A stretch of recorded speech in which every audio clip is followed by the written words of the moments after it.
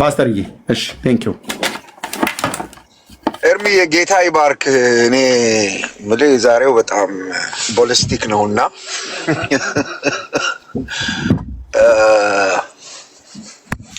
መልስ ይስጡን። እኔ እሱን ነው የምለው። አሁን ስድብ እውቀት አይደለም ማለት ሰው አፉን ሲከፍት ጭንቅላቱን ነው የምናየው። ምልህ ቅድሙ ልጅ ያው ዝም ብሎ የሰፈር ልጅ ስለሆነ ምንም አትፈርድበትም።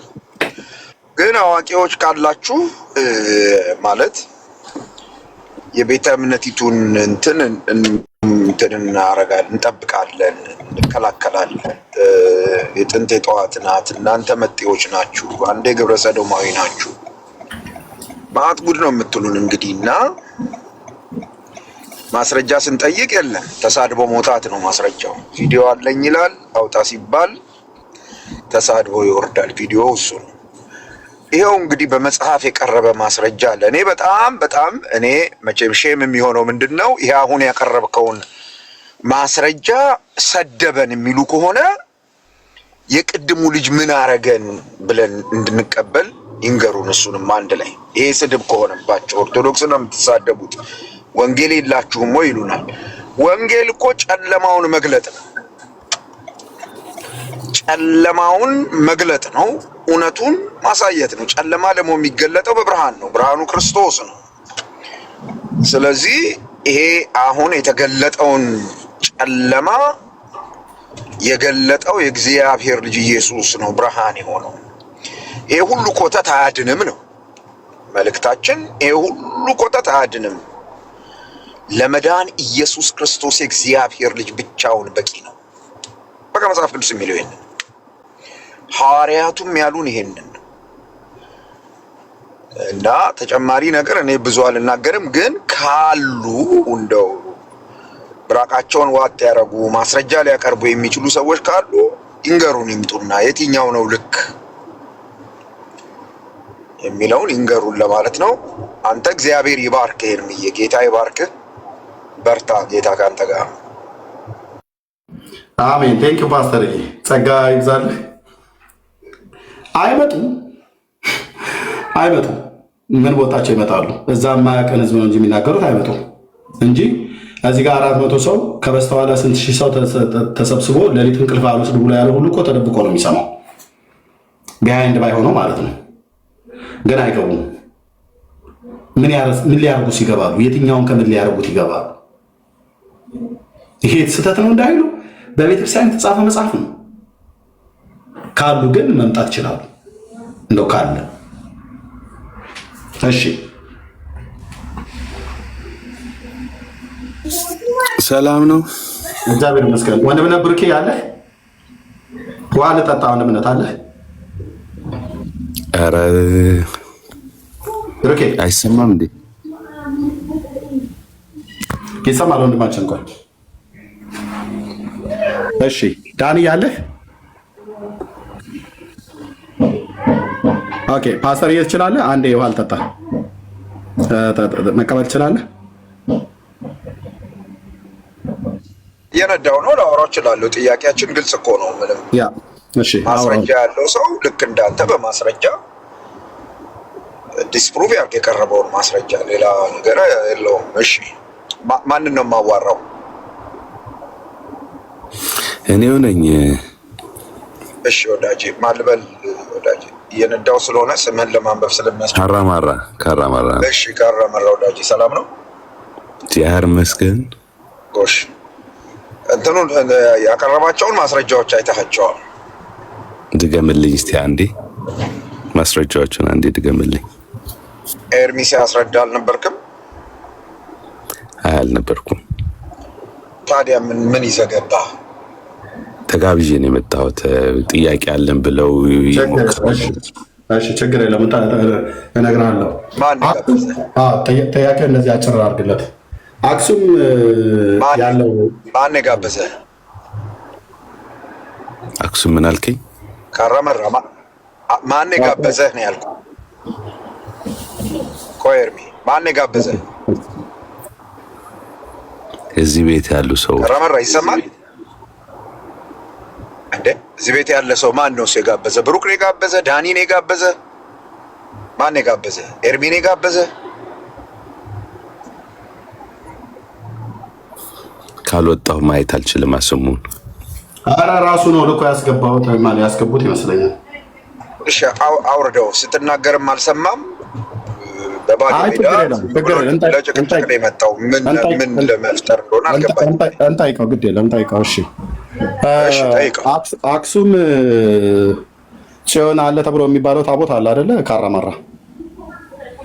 አዎ። ከየት ነው የመጣው እሱ ታቦት? ከየት ሀገር ነው የመጣው? በማን ዘመን ነው የመጣው?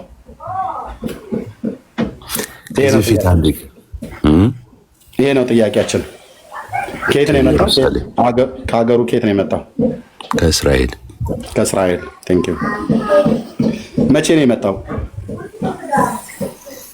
በዘመነ ሚኒሊክ። በዘመነ ሚኒሊክ የዛሬ 100 ዓመት ማለት ነው። በአፄ ሚኒሊክ ዘመን። አይ ቀዳማዊ ሚኒሊክ። ቀዳማዊ ሚኒሊክ ዘመኑ መቼ ነው ማለት ነው? በዚያ ዘመን የማን ንጉስ ነበር የነበረው በእስራኤል? ሰለሞን። እሺ ይሄ ታሪክ የት ነው ተጽፎ የሚገኘው? ማለት ይሄን ታሪክ የት አገኘው አንተ? ከቤተ ክርስቲያን። ምን በሚል መጽሐፍ ላይ ተጽፏል? መጽሐፉን አታውቀውም? አላውቀውም። ኦኬ። ምን የሚል መጽሐፍ ላይ ነው ያገኘው ያነበብከው?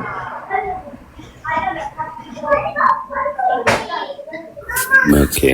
ስለ ታቦቱ ነው ማወቅ የፈለግከው ወይስ መምጣቱ ነው? እኮ መምጣቱ ነው የሚናገረው። አሁን የነገርከኝን ታሪክ ያው ስለ ታቦቱ ምሳሌ ክብረ ነገሥትን አንብሃል? አዎ ክብረ ነገሥት። ከዚህ በፊት ግን እኮ ጋብዘኸኝ አንድ ቀን አስረድቼ አምነህበት እኮ ነበረ። ምን ነው አዲስ ሆንክበት ዛሬ? አይ እኔን ለማሳመን በዚህ ጉዳይ ላይ እኔን ለማሳመን አንተ አይደለህ አባቶችን መጣው አቁምሽ። ጥሩ ግን አሁን ዛሬ ትደግምልኛለህ? ካላመንኩ ዛሬ ታሳምነኛለህ። ጥሩ።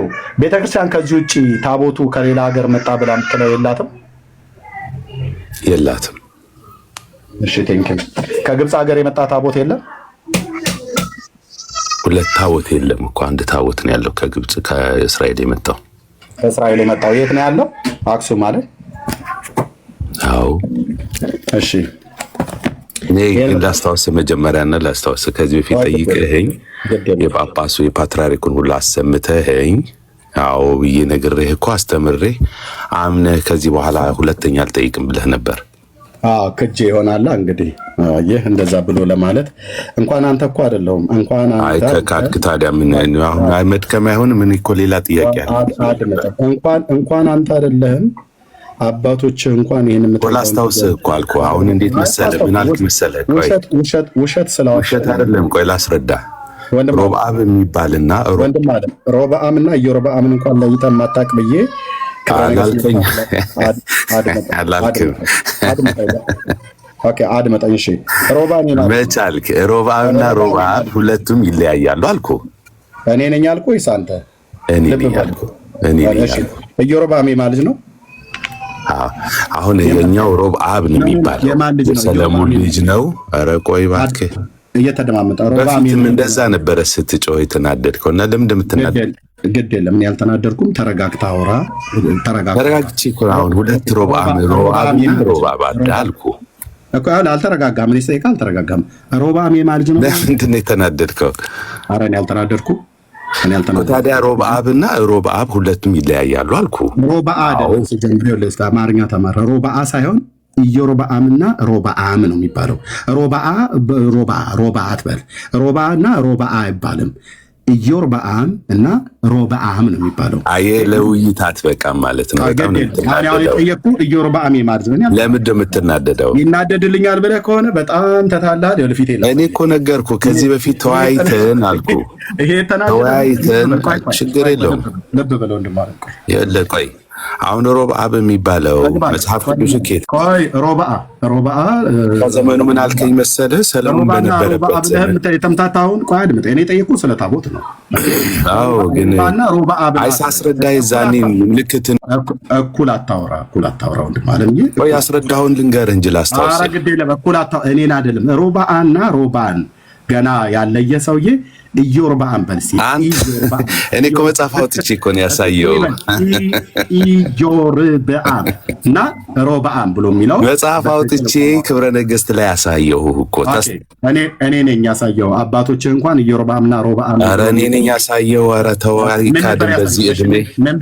ምን ብለህ ነበር ያሳየኸኝ? እስኪ ምንድን ነበር ያሳየኸኝ? በጣም ጥሩ። እንደዛ የምታስታውስ ከሆነ ምን አልክ መሰለህ? ያነሳው ምክንያት በዘመኑ አልክ፣ በዘመኑ የዘመን ፍልሰት አለ። እንግዲህ በስንት ዓመቱ ሄደ በሚል አነሳው። ታቦት መጣበት የሚባለው በዚህ ዘመን ነው ብለህ ጠየቀኝ። መጽሐፉን አውጥቼ ያሳየው። አሁን አንተ የተምታታብህ ጽሑፍ ላይ ያለው ምንድን ነው ብለህ ያሳየኸኝ? ንገረኝ። ምን ብለህ ያሳየኸኝ? ክብረ ነገሥት መጽሐፍ አሳየው ወዳጄ። ምን ብለህ ያሳየኸኝ? ክብረ ነገሥት መጽሐፍ ውስጥ በሮብዓምና በኢዮርብዓም ነው። ሮባና ሮብዓም ብለህ ባልከው ማለት ነው። ሮባ የሚባል የለም። ሮባ ዳቦ ቤት ነው አዲስ አበባ ውስጥ ያለው ማለት ነው። ሮባ የሚባል የለም ብራዘር። የሮባና ኢዮርብዓም እንትኑ ነው እኮ የጠየኩት። መጽሐፉን አውጥቼ እኔ ነበር ሳሳየ የነበረውና እኔ ለምን መጽሐፉን እኔ ለምን ታወጣለህ? አንደኛ እኔ መጽሐፉ እጄ ላይ ስላለ አንተ መጽሐፍ ራስህ እኮ ነው ያልከኝ እኮ። እኔ 7ኛ ክፍል ነኝና አንተ እስቲ ያውጣው አልከኝ። ራስህ እኮ ነው ያልከኝ። አሁን እኮ አቅም ይጠይቃል። ከ7ኛ ክፍል ተማሪው ጋር ማውራት አቅም ይጠይቃል። ራስህ ያልከኝ እኮ ነው ያላልከው እኮ። እኔ ታውቃለህ፣ አብሬ አላደግኩም። ኖ መጽሐፉ እጄ ላይ አለ። ለምን አታወራም? አሁን በእውቀት ማለት ነው እኮ። ስለ ሮብዓምና ስለ ኢዮርብዓም ምን ነበር ያወራው? ገጽ ገልጠህ ከዛ ቁጭ ያስተማርኩህና እሺ ብለህ ምን ነበር ያስተማርከኝ? ንገረኝ እኮ ያልኩህ። ጭብጨባ ሲበዛ ሌላ ቦታ ገባህ። ገናም ገብቶኛል። ቆይ ላሳየህ፣ አሁን ገልጬ ላሳየህ። እሺ አውጣው። ቴንክ ትልቁ ላይ አላርግህ። ሪካርድ አድርጉት። ቆይ ሪካርድ አድርጉን። ትልቁ ላይ አድርጌያለሁ። ሪካርድ አድርጉን። ቆንጆ አድርጋችሁ ሪካርድ። ማንም ሰው ጣልቃ እንዳይገባ። ግን ይሄንን አሳይቻለሁ አላሳየውም? እኔ አላስታውስም። ካሳየኝም ችግር የለም። ከብዙ ሰዎች ጋር ስለማወራ መጽሐፉ ክብረ ነገሥት አሁን ይሄን ሳሳየህ እኮ ስማ፣ ቆይ ችግር የለውም። በዚህ ኧረ እባክህ አላስወራም ከሆነ ችግር የለውም። ሪካርድ አድርገህ ላከው። እሱ አላስወራም አልኩት ብለህ ማለት ነው። ምንድን ነው ያልከኝ? በዘመኑ እሷ ነበረችበት የተባለችው ንግስት ሳባ የቀዳማዊ ሚኒሊክ ነበረበት የተባለው ዘመን ይሄ አይደለም። እኔ ማዕት መጽሐፍ ሳወጣ እኔ እኮ 7ኛ ክፍል ነኝ አልተማርኩም አልከኝ። አልወጣኝም። 7ኛ ክፍል የተማረ መሬት አንቀጥቀጥ እረኛ 7ኛ ክፍል እኔ ደደብ ነኝ አላውቅም አልከኝ። አድምጠኝ። አፈር ደቸስ ግጭ ዛቀልም እንዴት እንዳላኩ ማለት አድምጥ። አሁን በእውቀት ነው። ኤርሚ ፕሊዝ ቆይ ፓስተር እንዲህ አይነት ባለጌ ሰው ጋራ ጊዜ ማጥፋት አያስፈልግም። ኤርሚ ፕሊዝ እፈልገዋለሁ። ሰውዬው በፍጹም ፓስተር በጌታ እሺ ቀጥል። ሪካርድ ብቻ አድርግ። ካወራው ብራዘር የተነሳውን ጥያቄ ያውራ። ኖ ገደብነኝ አልከኝ ምናምን አልከኝ። 7ኛ ክፍል ነኝ አልተማርኩም አለኝ። እኔ ምን ላድርገው? ስርዓት ያዝ ብሎ ሊልህ አይችልም። ስርዓት ያዝ እንዲህ አይባልም። እንዲህ ነው የሚፈልጉት ፓስተር ፕሊዝ፣ እንዲህ ነው የሚፈልጉት እነሱ። ሚዩት አድርጉ፣ ዝም በሉ፣ ተረጋጉ። ትልቁ ላይ አድርጌዋለሁ። ተረጋጉ። ምን ሆነዋል ግን? ቆይ እንደዚህ አሁን ጥሩ። አሁን ከዛ ምንድን ነው ያነሳው ጥያቄ? ሁለት ነገር ጥያቄ አነሳ። አንደኛው ምን ብለን ያነሳው ታቦተ ጽዮን አለች የሚያስብል ከየት እናገኛለን አልክ። ቁጭ አድርጌ 30 ደቂቃ ሙሉ አስተማርኩ። አሁን ተናገር። አንተም ያላስተማርከው ውሸት ነው የምታወራው። አሁን ተናገር። መጽሐፉን ይዘሃል። አስተማርኩ እያልኩ እያስታወስኩ በምክንያት ራሱ አድምጠኝ። በመቼ ዘመን ነው የመጣው? በሰለሞን ዘመነ መንግስት ብለኛል። ክብረ ነገሥትን ይዘዋል። ገጹን ግለጠውና አንብብ። ቤቱ ጋር ነው ገጹን ግለጠው። እንዴት አድርገው ድቁና እንደሰጡህ እኮ ይዛኔ ሳስበው ገጹን ግለጠው። ዝም በሉ፣ ማንም ሰው እንዳይከፍት ዝም በሉ። ገጹን ግለጠውና ታቦቱን የመጣበትን አመጣጥ የሚናገርበት ቦታ ላይ ገጹን ግለጠው። ቴንኪው። መጽሐፉን ይዘዋል አለ ክብረ ነገሥቱ። ገጹን ግለጠው። አንተ አስተማሪ ነህ። ባለፈው አስተምረህ አንደኛ አትናደድ። ቆይ ላስተምርህ አንድ ጊዜ። አልተናደርኩም ወንድም አለም። አይዞህ ግድ የለም። አሁን ገጽ 32 ላይ ይህንን ሀሳብ አነሳ። ታስታውሰዋለህ? አላስታውሰውም። ራስህ አንብበው። አሁን ገጽ ስንት? 30 ገጽ 32 ጥርግርግ ውሃ ጠጣ። ታቦቱም የመጣበትን የሚናገረው አይደለም። ምንድን ነው በአንዴ በላ ባረኩ። ምን ሆነሃል? ግድ የለ። እኔ ጋር ሙቀት ነው ብራዘርዬ። እዚህ ጋር ፋን ይታያል።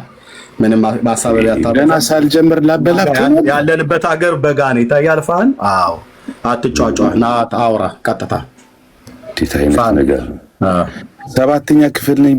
ራስህን ያልከኝ እኮ በእውቀት አውራ ያውላችሁ በእውቀት አውራ እያልኩት ነው። አውራ መጽሐፉን እኮ ከፈትኩልህ እኮ። ኢዮርብዓም ይባላል። ይሄ ማን ነው?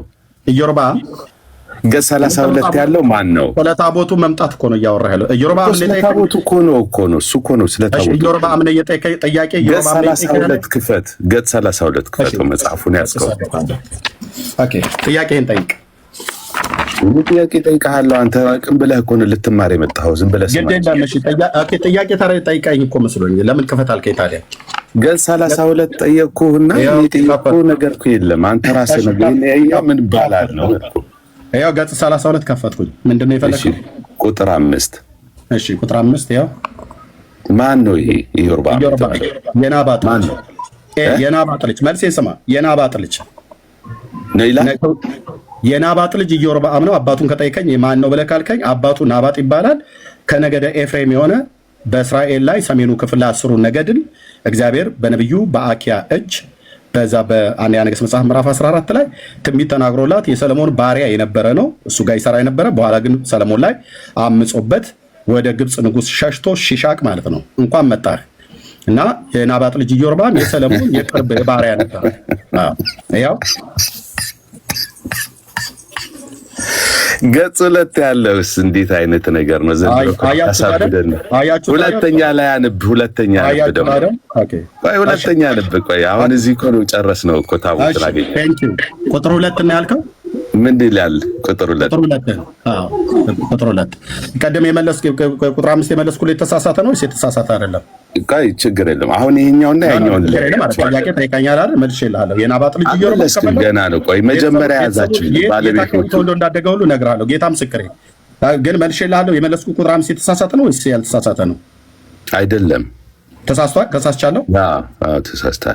ኢዮርብዓም የማን ልጅ ነው? እሺ አንተ መልስልኝ። እውነተኛው መጀመሪያ ቆይ ቁጥር 2 እናነበው እንጂ ይሄው ቁጥር 2 እኮ ከፈተኩልህ። ማንበብ አይችልም። አየህ እኔ 7ኛ ክፍል ተማሪ እኔን ነው እየለመነ የሚያስነብበው። እሺ ልጁን መልሶ ከሚል ጀምር አንበው። ግድ የለም ልጁን መልሶ አድርገኝ።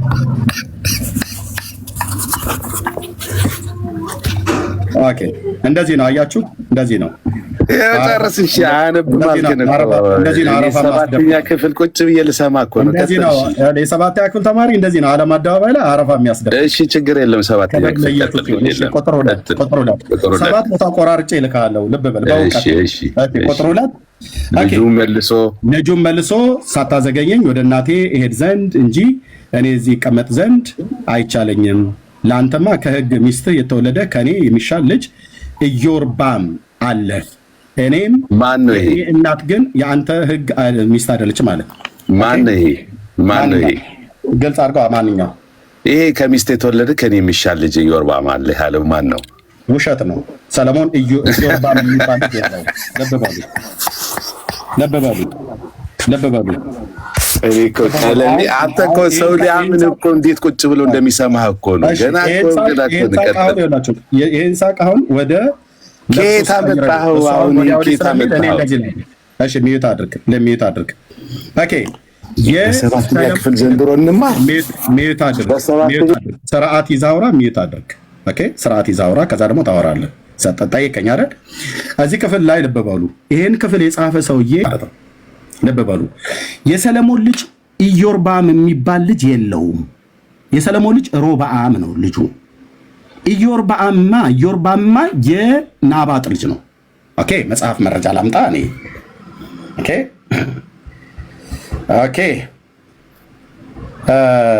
አንደኛ ነገሥት መጽሐፍ ምዕራፍ 14 ላይ እዩ። የ7ኛ ክፍል ተማሪው መሬት አንቀጥቅጥ እንደሆነ እዩ። ከዚህ በኋላ የምናገረውን ስሙ።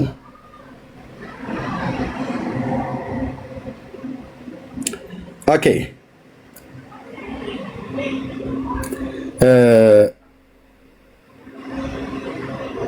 ያው ልብ በሉ። ይህንን የኦርቶዶክስ ደብተራ ሁሉ እንዴት አፈርደቼ እንደማስገጣው የለኝ። የ7ኛ ክፍል ተማሪው ኦኬ የናባጥ ርዕሱ ስጠን። ሚዩት አድርግ። ምዕራፉ ስጠኝ ልከታተልህ። ምዕራፉ አንደኛ ነገሥት መጽሐፍ ምዕራፍ 12 አንደኛ ነገሥት መጽሐፍ ምዕራፍ 12 እንደዛ ነው ጠይቅ ያለብህ። ማንም ሰው እንዳያስወጣው ሪከርድ ብቻ አድርጉ። ዛሬ ሪከርድ ብቻ የምታደርጉት ማንም ሰው የፈለገ ይገልፍጥ። ይሄ ለቅሶ ይሄ ሳቅ ወደ ለቅሶ ሲቀየር ታዩታላችሁ። ቀጥታ ማለት ነው። ተደማመጥ እናውራ። አንደኛ ነገሥት መጽሐፍ ምዕራፍ 12 ሚዩት ግን አታርጉኝ በላቸው። አታድርጉ። ማንም እንዳያደርግ ማንም እንደው በጌታ ነው የምለምናችሁ። በልመና የመጣ ሰው የሰባተኛ ክፍል ተማሪ እንዴት እንደ ጭዳ ዶሮ እንደማራስ እንዳልከኝ ደግሞ ንገራቸው። ሰባተኛ ክፍል ሚዩት አድርግ ካልሆነ እኔ ሚዩት ማድረግ ማለት ሚዩት አድርግ። ቴንክ ዩ ኦኬ። አንደኛ ነገሥት መጽሐፍ ምዕራፍ 12 ኢዮርባም የሚባለው ይሄኛው የማ ልጅ እንደሆነ ኢዮርባም የሚባለው ይሄኛው እዚህ ጋር የተጻፈው የማ ልጅ እንደሆነ መጽሐፍ ሲናገር እስራኤል ሁሉ ያነግሱት ዘንድ ወደ ሴኬም መጥተው ነበር። ሮብዓም ይታያችሁ፣ ሮብዓም የማ ነው? የሰለሞን ልጅ ነው። ወደ ሴኬም ሄደ ይላል። ከዛስ እንዲህም ሆነ የናባጥ ልጅ ኢዮርባም፣ ሮብዓም የማን ነው? የሰለሞን ልጅ ነው። ኢዮርባም የማን ነው? የናባጥ ልጅ ነው። የናባጥ ልጅ ኢዮርባም ነገዱ ከየት ነው? ይሄኛው ኤፍራይም ነው። ይሄኛውስ ጁዳ ነው፣ የይሁዳ ነው። የይሁዳ ነው። ይሄኛው የማን ልጅ ነው? የሰለሞን ልጅ ነው። ሮብዓም የበኩር ልጁ ነው። ይሄኛው የናባጥ ልጅ ኢዮርባም ነው። ትውልዱ ኤፍራይም ነው። እሺ ይሄን ነው በሰማ ጊዜ ከንጉሱ ከሰለሞን ፊት ኮብልሎ በግብፅ ተቀምጦ ነበርና በግብፅ ሳለ ልከው ጠርተው ነበርና ይላል። ማን ነበር በግብፅ የነበረው? ኢዮርባም ሸሽቶ ከሰለሞን እጅ ሸሽቶ በግብፅ ነበር። ቅድም ያለው ሰውዬ ማለት ነው። ከግብፅ ንጉስ ሸሽቶ ከሰለሞን ሸሽቶ በግብፅ ንጉስ ተቀምጦ ነበር ኢዮርባም ማለት ነው። ሜት አድርግ። ቆይ ጥያቄ መልስ እንጂ ሜት አድርግ። ሜት ኦኬ። እንደ ደጋ ፈረስ ታስካካ አንተ። እኔ የተናገርኩት እንደዚህ በመረጃ አቀርባለሁ። የናባጥ ልጅ መሆኑ ልብ በሉ። ኢዮርባም የናባጥ ልጅ ነው። የሰለሞን ልጅ ማነው ስሙ? ሮብዓም ነው። ሮብዓምና ኢዮርባምን እንኳን ለይቶ ያላወቀ የታሪክ ጸሐፊ ነኝ ብሎ የሚል ድኩም የሆነ ደብተራ ነው ይሄን መጽሐፍ የጻፈው። እናቱ ወልዳለች። አንተ ይሄን እስቲ ዲና ያድርግ። ጎሄድ ያው ሰለሞን ከሞተ በኋላ ልብ በሉ እዚህ ጋር ሰለሞን የሞተበት ተመሳሳይ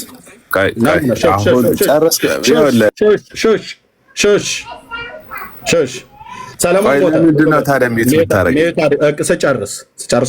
ጨርሼ የቀረውስ የሰለሞን ነገር ያደረገው ሁሉ ጥበቡን ነው። ሰለሞን ታሪክ መጽሐፍ ተጽፏል ካለ በኋላ ሰለሞንም በእስራኤል በኢየሩሳሌም እና በእስራኤል ሁሉ የነገሰበት 40 ዓመት ዘመን ነበረ።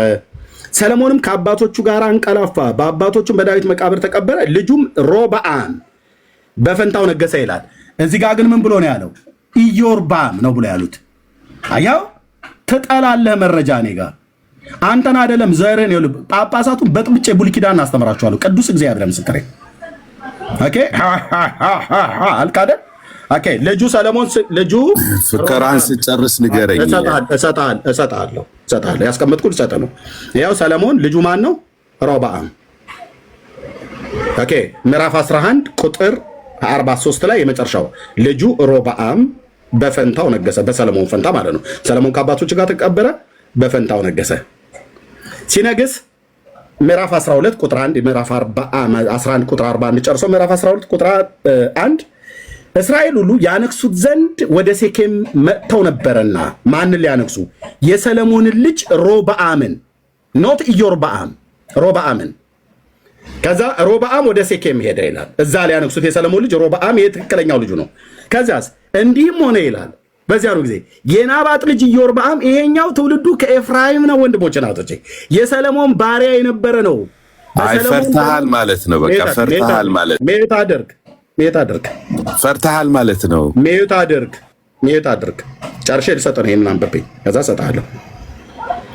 ስለዚህ የናባጥ ልጅ ኢዮርባምና የሰለሞን ልጅ ሮብዓም የነበሩበት ዘመን አንድ ዘመን ላይ ነው። በስም ግን አይገናኙም። ኢዮርባም ትውልዱ ከኤፍሬም ነገድ ነው። ኦኬ ኤፍራይም ነው። ሮብዓም ደግሞ ትውልዱ ከነገደ ይሁዳ ነው። ቻለው መታል ቀጥላው ይኸው ጥልቁ ላይ ያደርጋለሁ በመረጃ ብለሃል በለው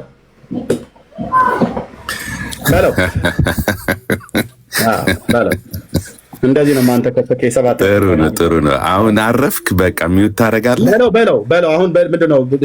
ሚውት ታረጋለህ ወይ? ሚውት አረግና ችግር የለም። እሺ በጣም ጥሩ። አይ ልክ ነህ። አሁን ምን መሰለህ እኛ እኔ 6ኛ ክፍል ላይ በነገራችን ላይ ደስ ይበልህ አንተ በአንድ አመት ብራዘር ታሪኩ ላይ ታወራለህ እንጂ ታሪኩ ላይ ታወራለህ አታወራም? እንደፈለግ ስትል እኮ ነበረ። ቆይ አንድ ጊዜ አትናገር። 7 ቦታ ቆርጠሃለሁ ብያለሁ። አሁን እግርህ አካባቢ እኮ አሁን ጀመርክ አይደለ? አሁን አክት ያደረከው እንደምታውቅለት ነገራቸው ነው። ታሪኩ ላይ አውራ፣ ታሪኩ ላይ አውራ። ታሪኩ ላይ እኮ ነው የማወራ። አሁን ምንድን ያደረግከው ኢዮርብዓም ምን አልክ መሰለህ? የይሁዳ ልጅ ነው ማለት ይሁዳ ንጉስ ነው ብለሃል። ዘሩ ከዛ ነው ብለሃል። አይገናኝም። አንደኛው እሱ ነው ስህተትህ። ምንድን ነው የሆነው? የትኛውን ስህተቴ? ቆይ ድጋሚ ድገመው። አሁን እኔ ሚውት እያደረግህ አንድ እንኳን ሳላወራ ነው ግድ የለም። ድጋሚ ድገመው። ማንም ሚውት አላደርገም። ድጋሚ ድገመው። ኢዮርብዓም የማን ነገድ ነው አልከኝ? ኢዮርብዓም የማን ነገድ ነው አልከን? የማን ነገድ አልከኝ? ከኤፍሬም። ከኤፍሬም ነገድ። ኤፍሬም የማን ነው? ኤፍሬም የማን ልጅ ነው? ኤፍሬም የማን ነገድ ነው? ኖ ነገዱማ ከእስራኤል ነገድ ከያዕቆብ ልጆች መካከል ይቆጠራል። ግን ልጅነት ከሆነ ግን የምናሴ ልጅ ነው። በሌሎቹ በነ ሮቤል ምትክ በኩር ሆኖ የተጠራ ነው። ልጁ ግን ቀጥታ ልጁ ከግብፃዊት ሚስቱ ከአስናን ያገባ ማን የወለደው የዮሴፍ ልጅ ነው። ቻለው መጣል ከኔ ጋር የምታወራው ቻለው ፉከራ ኮኒ እንዲህ ነው። የ7ኛ ክፍል ተማሪ 2 ቦታ ቆረጥኩት። ስሙ ገና 7 ቦታ በጣጥሳለሁ። ዓለም እያየ ማለት ነው። ጨርስ ንገረኝ። ጨርሻለሁ። አንድ ሚዩት አድርገው 7ኛው እና ምንድን ነው ሰለሞን ከሞተ በኋላ አየህ፣ አሁን እዚህ ጋር ነው ትልቁ ችግሩ። ኢዮርብዓም የ10ሩን የእስራኤል ነገዶች በሰለሞን ልጅ ላይ በሮብዓም የተነሱ ያመፁ ናቸው። ሮብዓም ይሁዳ ንጉስ ነው። ምክንያቱ የሰለሞን ስለሆነ ማለት ነው። ከኔ ኮርጀ ነው እንደምታወራው። ከኔ ኮርጀ ነው የምታወራው። የሰለሞን ልጅ ስለሆነ ነገዱ ሮብዓም ከይሁዳ ነው እያልኩ ስለ አውጥቼ ላሳይ በልታ አውረድ። ከሚስት ጋር ቡና ጠጣ። ከኔ ኮርጀ ነው የምታወራው። እኔ እዚሁ አስተምሬህ ከኔ ኮርጀ አተላህን ግፈ ከኔ ኮርጀ አንተ አይደለም ብሉይ ኪዳን እናውቃለን ብለው መጋቢ ብሉይ የሚባሉትን ጥራቸው። ቅዱስ እግዚአብሔር ምስክር። እንደዚህ ፊት ለፊቴ ይኸው እንደዚህ ነው ያለው አይደል? ዘግቼው ማለት ነው። ዘግቼው ምንም እንደዚህ ወደ ግድግዳ አስጠግቼ ካሜራ እንደዚህ ከፍቼ ምንም ሳሊዝ መጽሐፍ ቅዱስም ሳሊዝ የትኛውን መጽሐፍ ሳልከፍት አወራለሁ ብሉይ ኪዳንን። ኦኬ በጌታ ምስክር ያልኳችሁ ጌታ ኢየሱስ ምስክሬ። እንደዚህ አስቀምጨው፣ በቃ በርቀት አስቀምጨው። ምንም ነገር እጄ እንደዚህ ይዤ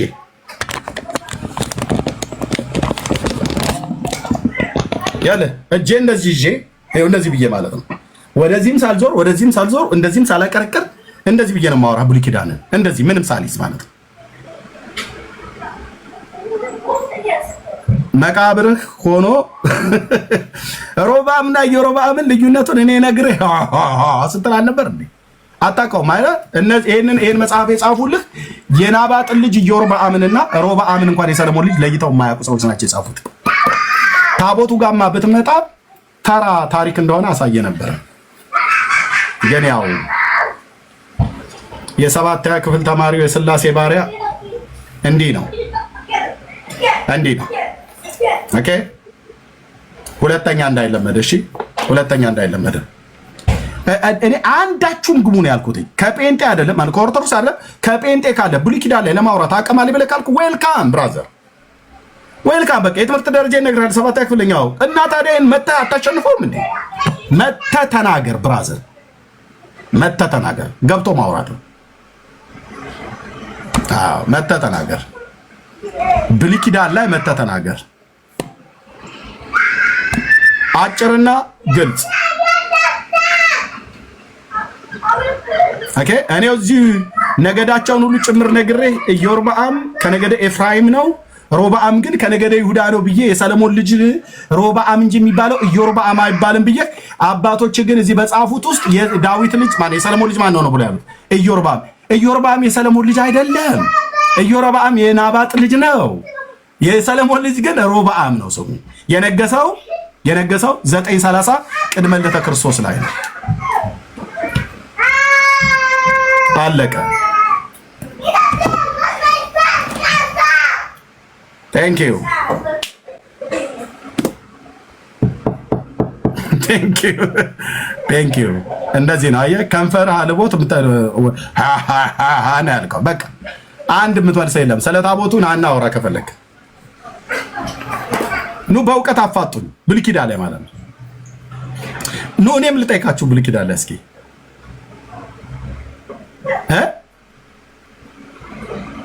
ኑ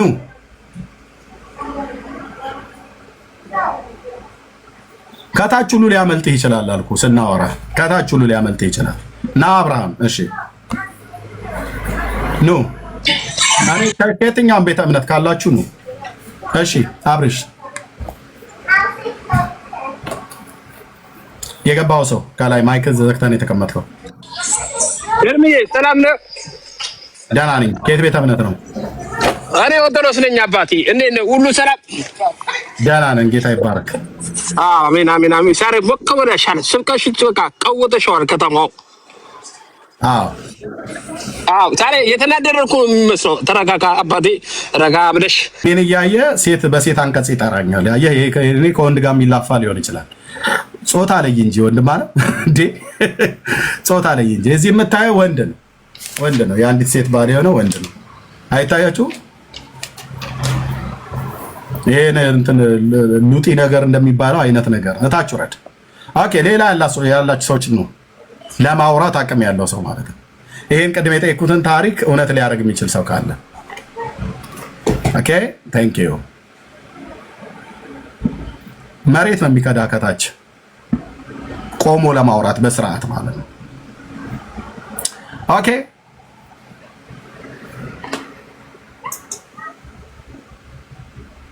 ኗ ማን ነው? ገስት ላኩልኝ። እሺ ገስት ላኩልኝ፣ ገስት ላኩልኝ።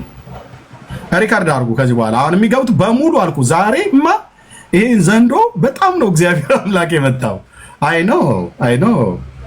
ኖ ታሪካዊ ቅብብሎሽ ሃይማኖታዊ ምንድን ነው ሐዋርያዊ ቅብብሎሽ አለ ብለው ያልከው ገደል ከተትንልህ። ገደል በራስ መጽሐፍ ታቦት ብለህ ብትል ገደል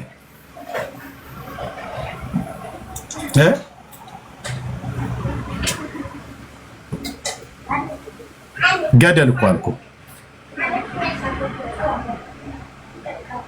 እሺ ና ግባ። እናት ነው ብለህ የላከው ልካል ነበር እንዴ?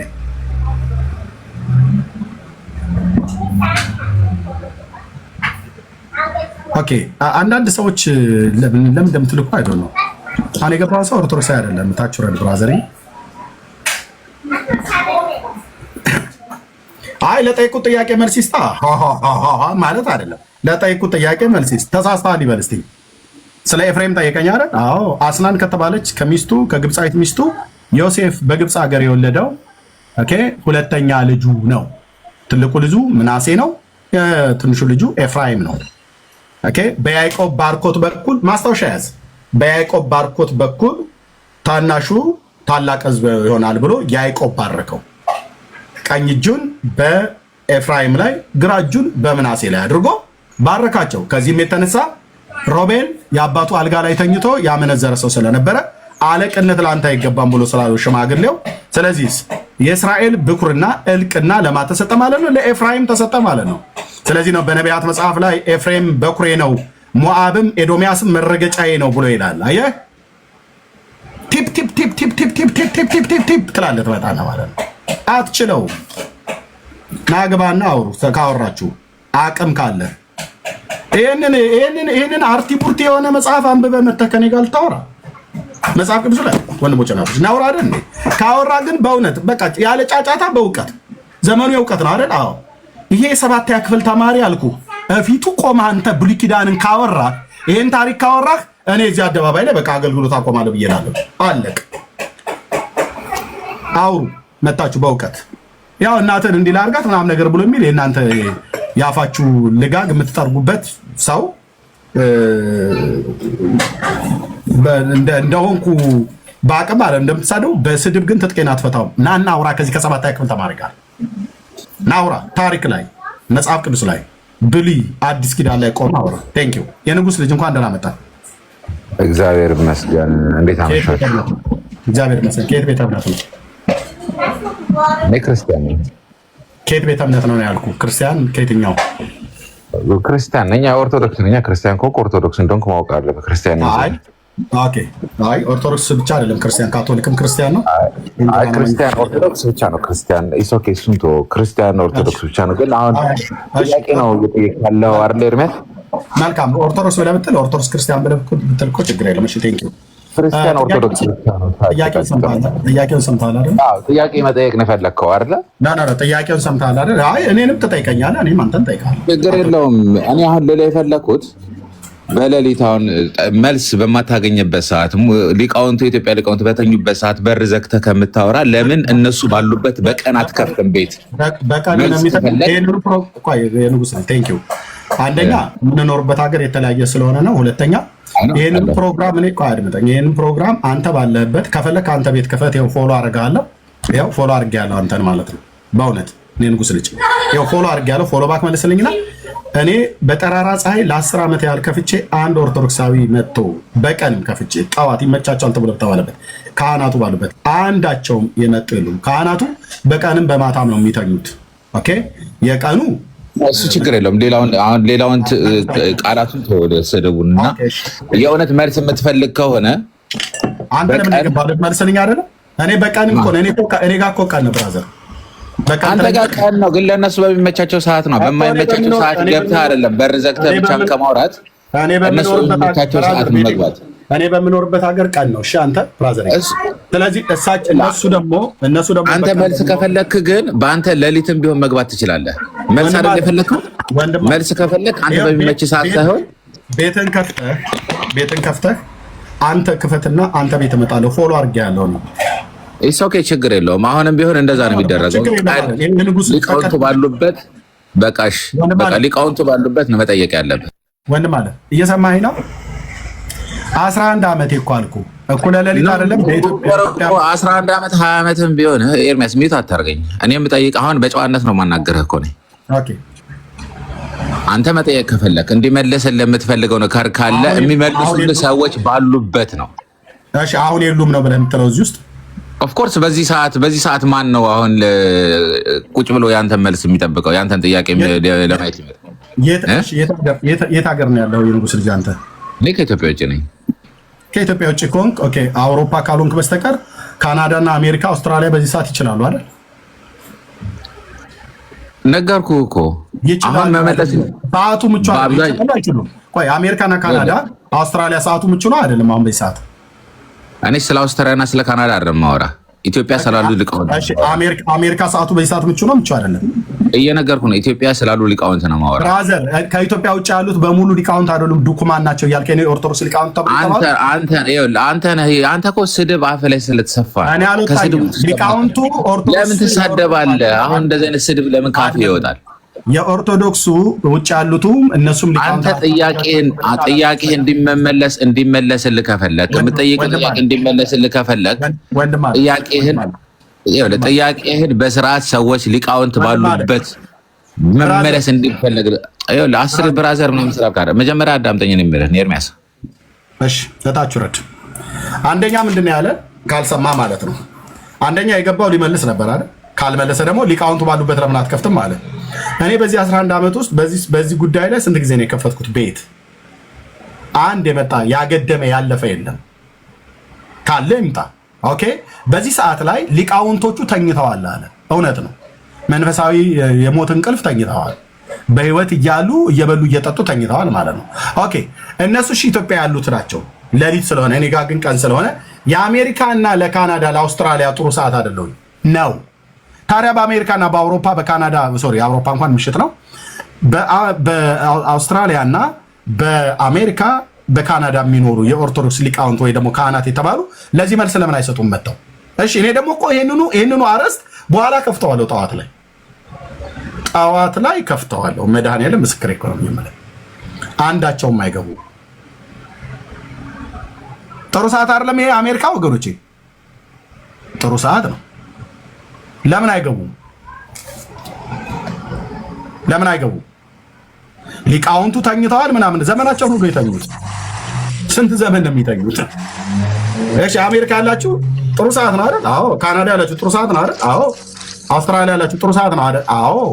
ለምን አይመጡም? እሺ እኔ በዚህ ጉዳይ ላይ ደጋግሜ ጥሪ አድርጌያለሁ፣ ደጋግሜ ከፍቻለሁ። በኋላም ደግሞ ከፍተዋል። የኢትዮጵያ ሲመሽ ማነው ሲነጋ የኢትዮጵያ ንጋት የአውሮፓ ንጋት ማነው ሶሪ አዎ የአውሮፓ የኢትዮጵያ የመካከለኛው ምስራቅ ንጋት እኔ ጋር ደግሞ ምሽት ይሆናል። እከፍተዋለሁ። አይኔን እያየ ነው የምታወራው፣ ግን አቅም ይጠይቃል። ለምትጠይቁት ጥያቄ ለመመለስ ታቦቱ ከየት ነው የመጣው? ከእስራኤል ነው ብላለች ኦርቶዶክስ። በማን በክብረ ነገሥት መጽሐፍ ላይ ያው ኦኬ። አይ ከግብፅ ነው የመጣው ብላለች። ከየት? በአቡነ ሰላማ ገድል ላይ። አይ ከሳውዲ አረቢያ ከመካ መዲና ነው የመጣው ብላለች።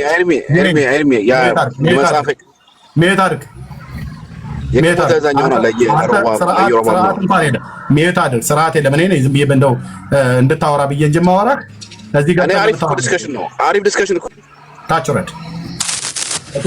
ከመካመዲናዎቹ መጥቷል ትላለች ከሳውዲ አረቢያ።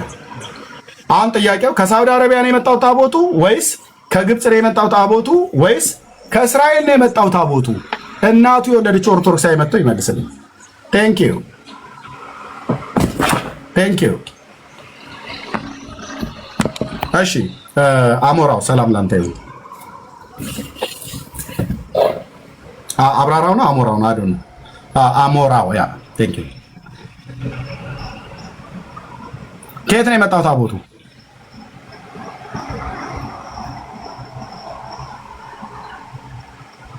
ከየት ነው የመጣው ታቦቱ? አሞራው አትመልስልን፣ ካልሆነ ትወርድ ነው።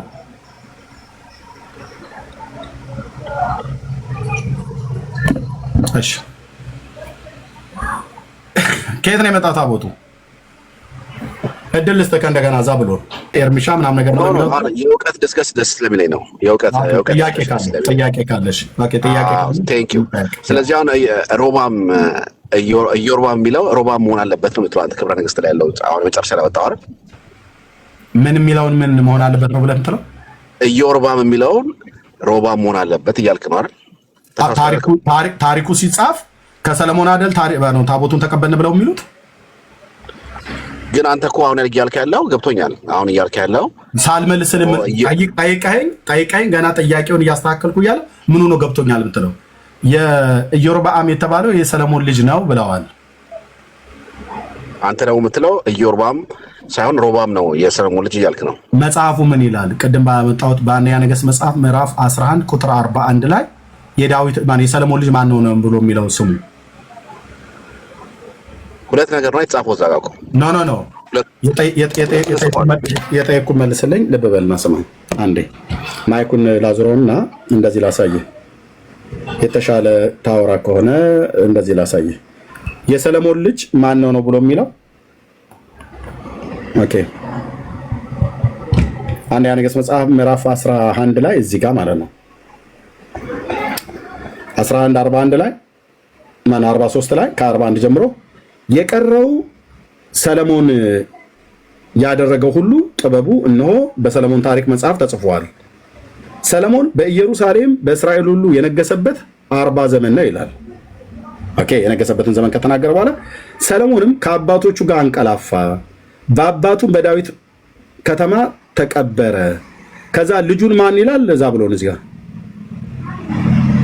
እኮ ነገርኩህ እኮ ዳይር ያልከውን እኮ አመጣሁልህ። ልጁን ማን ይላል? እኔ ነኝ ያመጣው። ሮባም ይላል።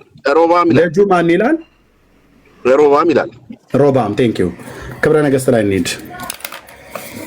የሰለሞን ልጅ ስሙ ማን ነው? ሮባም ነው። ኦኬ ክብረ ነገሥት ላይ ስንሄድ ወንድሜ ገጽ 32 ላይ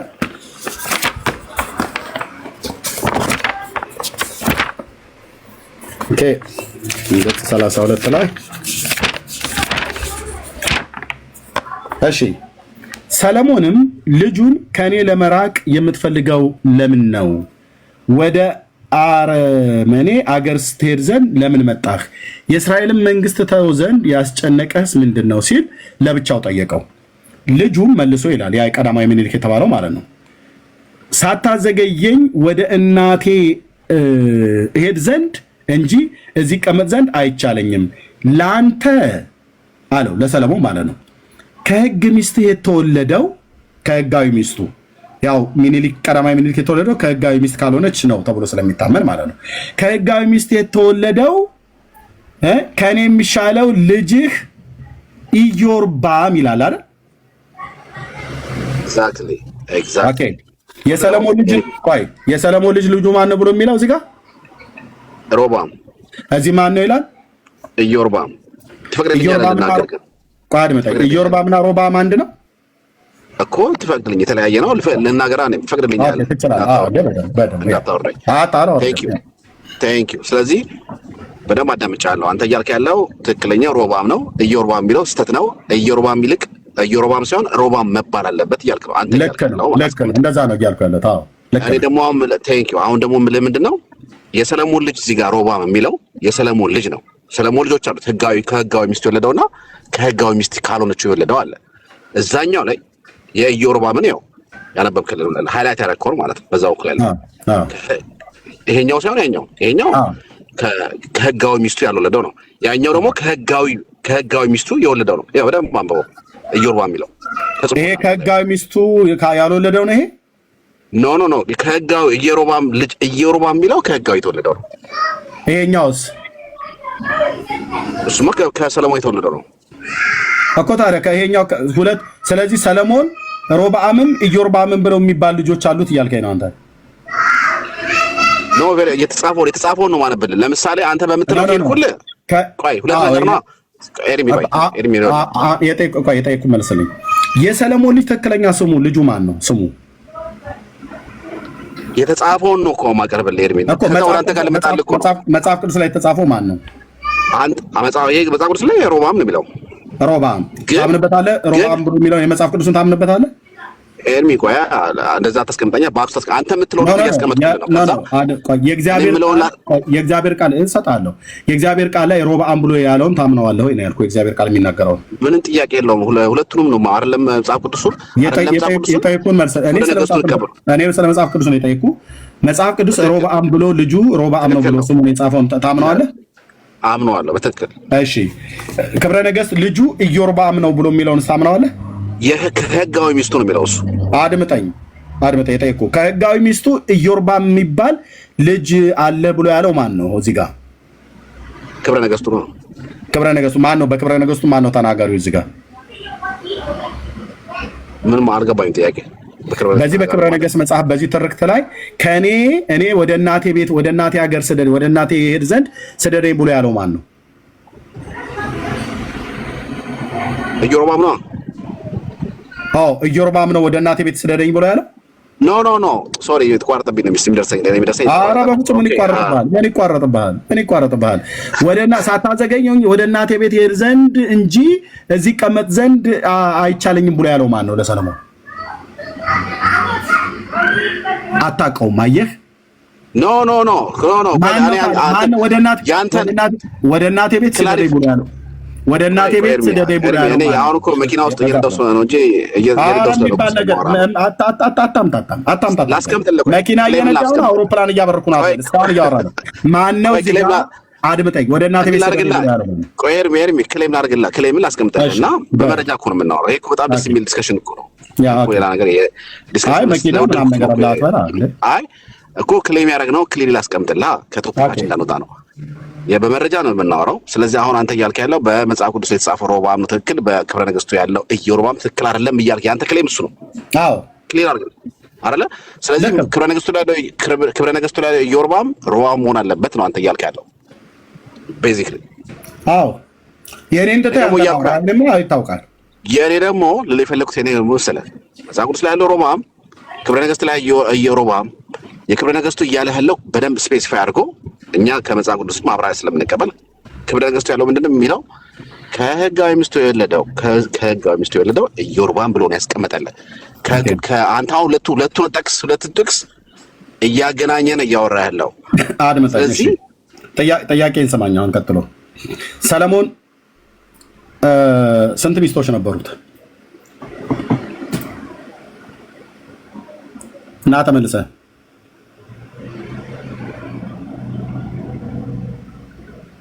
በዛ ብሎ እና ተመልሰህ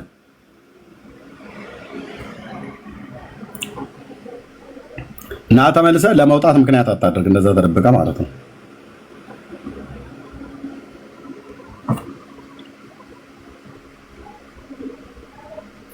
እሺ እንዲወርድ ፈልጎ ነው እንደዚህ የሚደበቀው።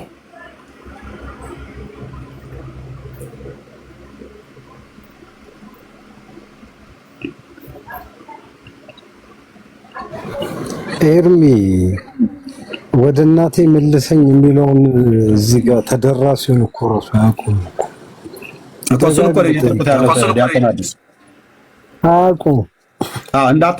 እንዳትናገር ቆይ አይ ነው ሚዩት አታርጉት። ዲያቆን አዲስ ሚዩት አታርጉት። ግን አያውቁትም። አይ ራሴ ነኝ ያደረኩት። አያውቁም። ይሄን ደጋግሞ በፍጹም አያውቁም። በዛ ብሎን ና እንጂ እንዴ ውይይት ብለህ አይጥ በጉድጓድ እንደምትደበቅማ ወደ ኋላ ሄዳ አትደበቅ። ካልሆነ ላስወርደህ ነው።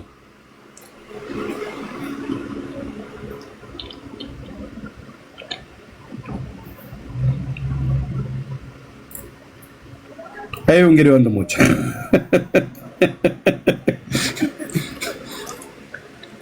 ኦርቶዶክስ ጸሐፊያን ሮብዓምንና ኢዮርብዓምን እንኳን ለይተው የማያውቁ ሰዎች ናቸው ታሪክ የሚለቀልቁት። ሌላውን ይሄ ብቻ አይደለም፣ ከዚህ ያለፈ የባሰ ነገር አሳያቸዋለሁ።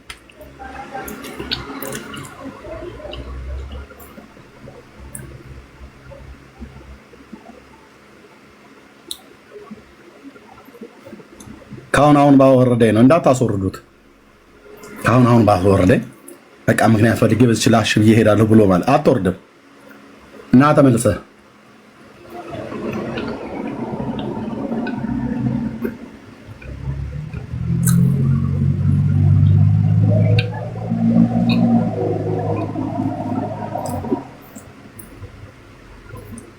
አይታዩ ግድ የለም። ይኸው ለጥ አለበት። በቀን አባቶቻችን በሌሉበት ሊቃውንቱ ብለናል። ይኸው ገብተው ለጥ ነው የሚሉት እንደዚህ ገስት ላይ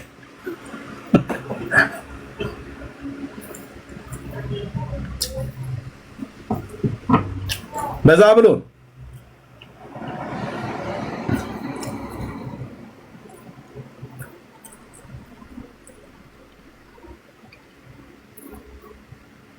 እሺ ምን እናድርገው? እናስወርደው ወይስ ይተኛ እዚሁ?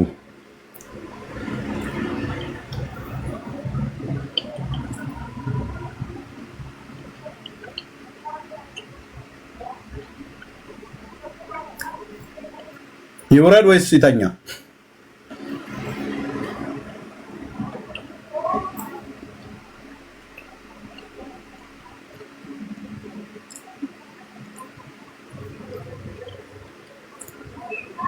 እሺ ዲያቆን አዲስ የምትለው ነገር ካለ ትችላለህ። አይ ብዙም የምለው ነገር የለም። ደውሎ ጠይቅም እንዴ እንደዚህ ትንካለ ያሳዝናል። ብቻ እንደዚህ ነው እኮ በድንቁርና ውስጥ በቃ የሚነዳ መንጋ ነው ያለው እና በጣም ታዝናለህ። አንዳንድ ነገሮችን ስታይ ብዙ ጉድ አለ። አሁን ግን በተጠቀሰው ላይ ትንሽ ነገር ለማለት ያህል የአፖስቶሊክ ሰክሴሽን የሚባለው ነገር ምንም ቀልድ እንደሆነ ነው የሚገባ። እንዴት ነው? አንደኛ ነገር የመጀመሪያው ጥያቄ መንበረ ተክለ ሃይማኖት ከመቼ ጀምሮ ነው አፖስቶሊክ ሰክሴሽን የሆነው? ወይም ደግሞ ከግብጽ የሆነው እንትኑ ቅብብሉ ከግብጽ የሆነው አቡነ ተክለ ሃይማኖት መጀመሪያ ከግብጽ የተሾሙ ናቸው፣ ጵጵስናቸው ይሄን ይላል ገድላቸው። መንበረ ተክለ ሃይማኖት ብሎ አፖስቶሊክ ሰክሴሽን ከእስክንድሪያ መጀመሪያ አልተሾሙ። ገድላቸውን ያላነበቡ ኦርቶዶክሳውያን ካሉ አንብቡና ይሄንን አስተካክሎ ይምጡ። መንበረ ተክለ ሃይማኖት ብለህ ከእስክንድሪያ የመጣ ጵጵስና ማለት ትንሽ ይሄ ራስ በራሱ የሚጋጭ ነው። ሁለተኛው ነገር ከግብጽ የተላከልን አፖስቶሊክ ሰክሴሽን ወይም ደግሞ ጵጵስና ከነ ዘንዶ ነው። መጀመሪያ ባለ ዘንዶ አቡነ አረጋዊ የመጡት ከግብጽ ነው። ይዘውልን የመጡት ክርስቶስን ሳይሆን ዘንዶ ነው። አይደለም። ቅድምም ያየነው ባለዘንዶ ነገር በገዳም ዘንዶ አለበት የተባለው ዘንዶ ተጠምጥመውም ስላቸውን የምናየው ደብረ ዳሞ ምናምን በዘንዶ ወጡ የሚባለው ዘንዶ ይዞብን የመጡት ማናቸው ማለት ነው። ዛሬም በስዕላቸው ላይ ዘንዶ ተስሎ ለዘንዶም ጭምር የምንሰግድለት አቡነ አረጋዊ ዘንዶ እንጂ ክርስትና ይዘውልን አልመጡም። ከግብጽ ሌላም ነገር እስልምናም ራሱ ስለ ጳጳሱ ተሹሞ እንደተላከ ይሄ ምንም የምናውቀው ፋክት ነው። ሶስተኛው ነገርና ዋነኛው ደግሞ 3000 ዓመት ታሪክ አላት የኢትዮጵያ ኦርቶዶክስ ተዋህዶ የሚለውን እንደውም አንተ በጣም ራርተህላቸዋል። በጣም ራርተህላቸው 1600 ዓመት አድርጋህላቸዋል። በጣም ትንሽ ተራራላቸዋል። የኢትዮጵያ ኦርቶዶክስ ተዋህዶ ቤተክርስቲያን የተመሰረተችው የዛሬ 50 ምናምን ዓመት ነው። ለዚህ ምንም የተረጋገጠ ማስረጃ አለ። በብፁዕ አቡነ ባስልዮስ ዘመን አመሰግናለሁ። እግዚአብሔር ይስጥልኝ። 1954 53 የኢትዮጵያ ኦርቶዶክስ ተዋህዶ ተብሎ ከዛ በፊት የኢትዮጵያ ኦርቶዶክስ ተዋህዶ ቤተክርስቲያን የሚባል ነበረ? አልነበረም፣ ጭራሽም አልነበረም። እና የግብጽ ቤተክርስቲያን እና የኢትዮጵያ ቤተክርስቲያን እንደ አንድ አድርጎ መቆጠር ፍቅር እንዳላቸው በጣም የሚዋደዱ እህትማማች እየተባለ ምናምን እንደዚህ ይሄ የሆነ እንዴት ነው እንደ ቀድሞ ገድል የማላላስ ሁለቱን የማላላስ እና እንዴት ነው የማጣበቅ እንትን አለ። የኢትዮጵያ ቤተክርስቲያን የመጀመሪያውን እንትን ስትሾም ፓትርያርክ ስትሾም አቡነ ባስልዮስን ምንፍቅና ነው ብላ ቀድማ ያወገዘችው ቤተክርስቲያን ግብጽ ቤተክርስቲያን ነበረች። እዛ ጋር አፖስቶሊክ ሰክሴሽን እዛ ጋር ቆሟል ማለት እኮ ነው። እንኳን ቢኖር እንኳን አውግዘዋለች፣ ለይተዋለች አይደል እንዴ? ምንፍቅና ነው ብላ አይደለም። ከየት ስለመጣው ሰክሴሽን ነው የሚያወሩ? እኛው ሰክሴሽን ሳይሆን ሳክስ ነው የሚታየን እዚህ ጋር ማለት ነው። ምንም ለምን ታሪኩን የምናውቀው የተማርነው ውስጥ ያለነው ሰዎች ማለት ነው። እንዴት ጆሮአችንን ነክሰው ይሸውዱናል? ጆሮአችንን ነክሰው እንዴት ውሸት ይነግሩናል? ታምናታለህ አይነት ነገር ትቀበላታለህ ያለበለዚያ ምናምን በቃ ምንም እኮ የማይገናኝ ነገር ነው። በጣም ለጭንቅላት የሚዘገነን። ከዚህ በፊት በጥምቀት እኛ ተነጋግረን ከመልካሙ ጋር ለመዝሙር ጠርተውኝ የሰለስቱ ምዕት ወይም ደግሞ የ318 ሊቃውንት በ325 የተወሰነው ውሳኔ ማብራሪያ አምጡልኝ ያልኳቸው። ማብራሪያ አምጡልኝ ስላቸው 1998 የተጻፈ መጽሐፍ ይዘው መጥተው ሊያነቡልኝ ሞከሩ። መጀመሪያ የኢትዮጵያ ኦርቶዶክስ ተዋህዶ ቤተክርስቲያን ሲኖዶስ ተወካይ አልነበረውም። ለምን? በኒቂያ ጉባኤ አልነበረውም። ውክልና አልነበረውም። በእስክንድርያ ስለሆነ አያውቃትም እንጂ የኢትዮጵያ ኦርቶዶክስ ተዋህዶ ቤተክርስቲያን አያውቃትም። ማን የኒቂያ ጉባኤ ጭራሽ ከነመፈጠሯ አያውቃትም። ከሺህ ምናምን ዓመት በኋላ ነው እኮ የተፈጠረችው እኮ አይደል? ስለዛ የኢትዮጵያ ሲኖዶስ ነው የዛኔ በ1998 ዓመተ ምህረት የዛኔ የተሰጠውን የእምነት መሰረት ማብራሪያ የሚጽፍለት የኢትዮጵያ ኦርቶዶክስ ተዋህዶ ቤተክርስቲያን ሲኖዶስ ነው። ባልነበረበት ባላቦካው ልጋግረው እኮ ነው። እና እንደዚህ አይነት ቀልድ የሆኑ አብዛኞቹ ነገሮች አሉ። ብቻ እግዚአብሔር ይታረቀን። ክርስቶስን የምንናገርበት ይሁን ክርስትናችን ክርስቶስን የምንናገርበት ካልሆነ በጣም አስቸጋሪ ነው። ቀደም እያነበብክልን ነበር። ስምህን የጠራ የማንን የእንትናን ስም አጠራሩ የማይታወቅ ሰው ዝክርን ያዘከረ ጌታን በማመን ትድናላችሁ ስትላችሁ አይ በራሳችን ስራ ነው፣ አይ የጌታ በቂ አይደለም የሚልህ ችክክክክ የሚልብህ ቸካካ አይደለም። በክርስቶስ በማዳኑ ስራ በደሙ ትድናለህ ስትለው አረ እሱ አይበቃኝም ራሴ ሰርቼ ዝክር ዘክሬ ሳንቲም እንዴት ነው 100 ብር ዘርዝሬ አንድ ብር አድርጌ ለ100 ሰው ሰጥቼ ካልሆነ አልድንም የሚል ሰውዬ የአቡነ እከሌን ስም ጠርቼ መንግስተ ሰማያት እገባለሁ ብሎ ሲያስተምር ይሄ ምን አይነት ህሊና ቢስ መሆኑ ይገባል። ምን አይነት ከክርስቶስ ጋር የተጣላ ክርስቶስን የሚጠላ መሆኑ ይገባል። ያ የለበሰው ኢየሱስ ክርስቶስ በደሙ መስዋዕትነት አድኖሃል፣ በሱ የዘላለም ህይወትን አግኝተሃል ስትለው አይ አይደለም እሱ በቂ አይደለም የኔ ነገር ይጠበቃል የሚል ሰውዬ በእንትና ስም ጠርተህ መንግስተ ሰማያትን ትወርሳለህ ስትለው ግን ያምናል። አይ የኔን ነገር ልጨምርበት እኮ አይልህም። እኔም ሰርቼ ስራ ልጨምርበት እኮ አይልህም። የክርስቶስ ግን ደም ላይ ስራ ልጨምርበት ይላል። አንደኛ ትውልድ ነው በነገራችን ላይ ዘረ ያዕቆብ ንጉስ ዘረ ያዕቆብ ማለት ነው። 11ኛ ትውልድ ነው ንጉስ ዘረ ያዕቆብ 11ኛ ትውልድ ነው እና እንደዚህ ይቆጠራል። ግን በክርስቶስ እውነት ላይ የሚሸቅጥ ከሆነ ዘረ ያዕቆብ ቀርቶ ማንም ስም አጠራሩ ሊጠፋ ይችላል። በዚያ ልደራደርም። አያትህ ነው አያትህ ሲታማ ዝም ብለህ አትስማ እያለኝ ነው ታላቅ ወንድሜ ከታች ቅድም እና ማን ነው አለ ወንድም ማን ነው? ብፁዕ አምላክ ነው። የዘመድ አዝማድ ጉባኤ አይደለም እግዚአብሔር የብፁዕ አምላክ ወንድም ነህ ዲያቆን? አዎ ይሄ ነው እንግዲህ ጌታ ኢየሱስ እሳትን ልጥል መጣሁ ማለት ይሄ ነው። አረ ተስማምተን አናውቅም። ሁሌ እንደተናነቅን አንድ ቀን ተስማምተን አናውቅም።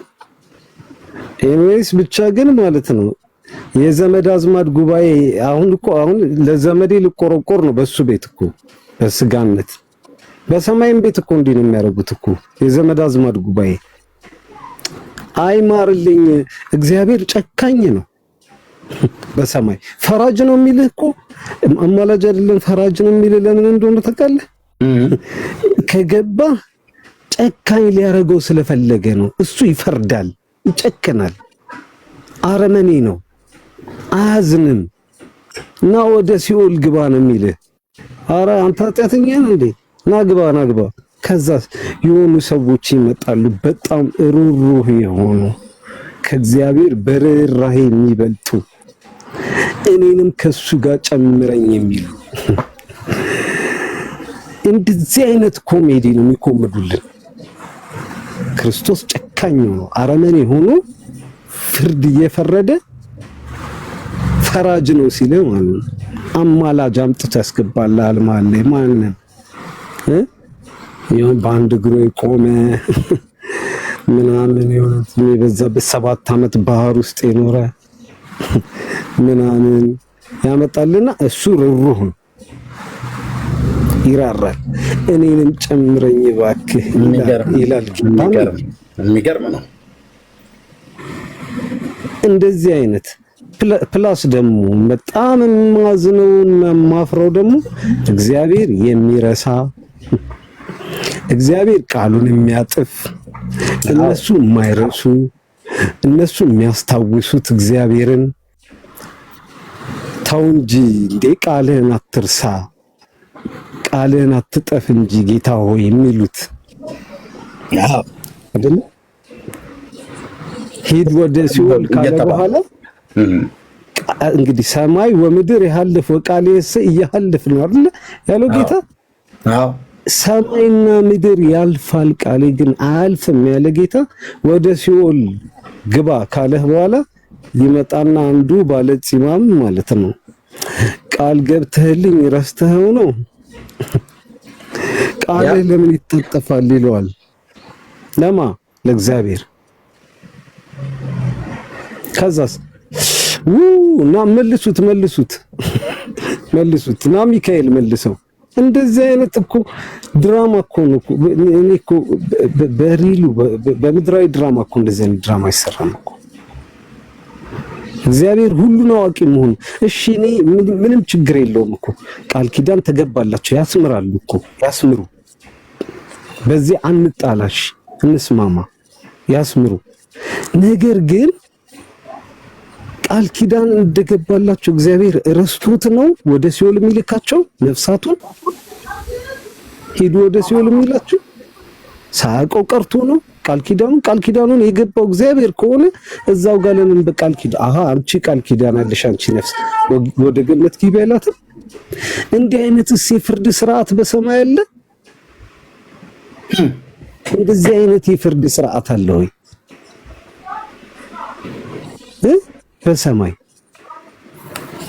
በሰማይ ጠበቃ አላችሁ ተባልን እንጂ ምንድን የተባልነው? ስለ ክርስቶስ የተጻፈልን ሁለተኛ ጊዜ ያድናቸው ዘንድ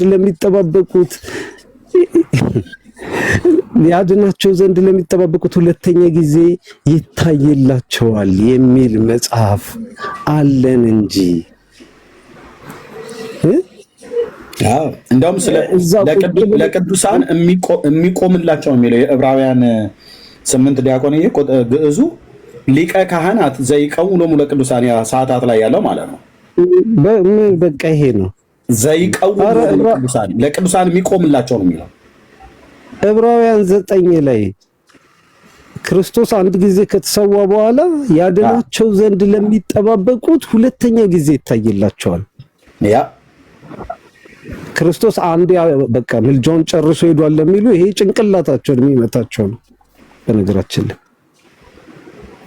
ክርስቶስ አይማልድም ለሚሉ ጭንቅላታቸውን የሚመታቸው ነው። ለምን? ሌላ አማላጅ ማስገባት ስለሚፈልጉ ነው እንጂ እውነት ክርስቶስን በጣም ነው የሚጠሉ። ክርስቶስን በቃ ኢየሱስ ካልክ እኮ በቃ በጠላትነት ነው የምትፈረጀው። የመጀመሪያ ጊዜ እኔና መልካሙ በጠላትነት የተፈረጀነው ኢየሱስ ስላለን ምንም በዚህ እንዳትጠራጠሩ። ማንም እንዲወደኝ አይደለም፣ ምንም የቸገረኝ ሰው አይደለሁም። ማንም ሰው ምንም እንዲረዳኝ ምንም እንዲደግፈኝ አልፈልግም። ለሰው ምደግፍ ነው ግን ማለት ነው ግን እውነት ህይወት መንገድ ኢየሱስ ብቻ ነው።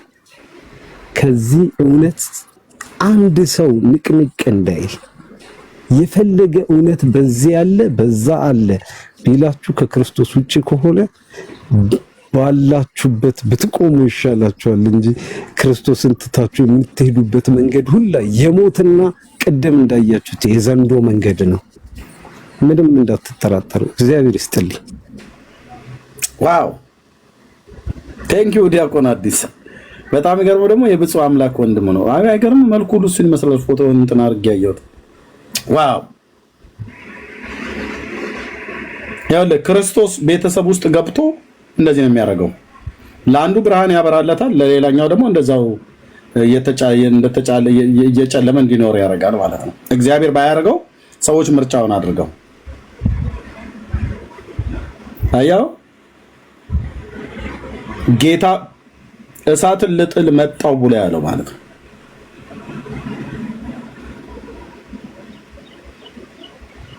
እግዚአብሔር አምላክ ይባርክ። እውነቱ እንግዲህ ይሄ ነው። እውነቱ ይሄ ነው። የምናቀርበውን መረጃና ማስረጃ ማንም ሰው ዲና አያደርገውም። ማንም ሰው ማለት ቅድም እንዳያችኋቸው ተሳድበው የብልግና ስድብ ተሳድበው ገስት ገብተው ያልሆነ የሆነ ነገር ላይ ተሳድበው ነው የሚወሩት። ለምናመጣው መረጃ በፍጹም አያቀርቡ። እዩ ዛሬ ላይ እንኳን በተናገርኩት ነገር ያቀርብኳቸው መጽሐፍቶች ብዛት ገድለ ተክለ ሃይማኖት ሁለቱንም፣ ክብረ ነገሥት፣ አቡነ ሰላማ ገድል፣ መጽሐፈ ጤፎት፣ የአባ ጊዮርጊስ የቤተክርስቲያን ታሪክ፣ የኢትዮጵያ ታሪክ የአለቃ ደስታ ተክለወልድን መዝገበ ቃላት እና የዲያቆን ዳንኤል ክብረትን ኢትዮጵያዊ ሱራፌ ይታይ 3 4 5 6 7 8 9 መጽሐፍ አቅርቤ ነው ቪዲዮ እያሳየን የምናወራው። የሚመልሱት ስለሌላቸው በቃ ስድብ ላይ፣ እርግማን ላይ፣ ማንጓጠጥ ላይ፣ ማጥላላት ላይ፣ ማበሻቀጥ ላይ፣ ሐሰት ማውራት ላይ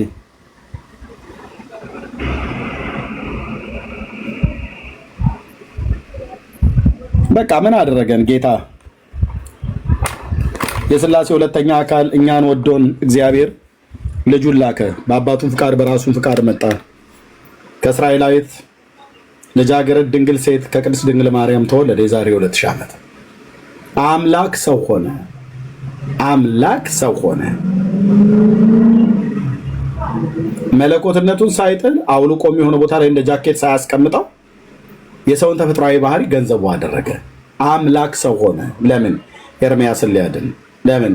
ዲያቆን አዲስን ሊያድን። ለምን? ዓለሙን ሊያድን። ቀራንዮ ኮረብታ ላይ ቤዛ ሆነ።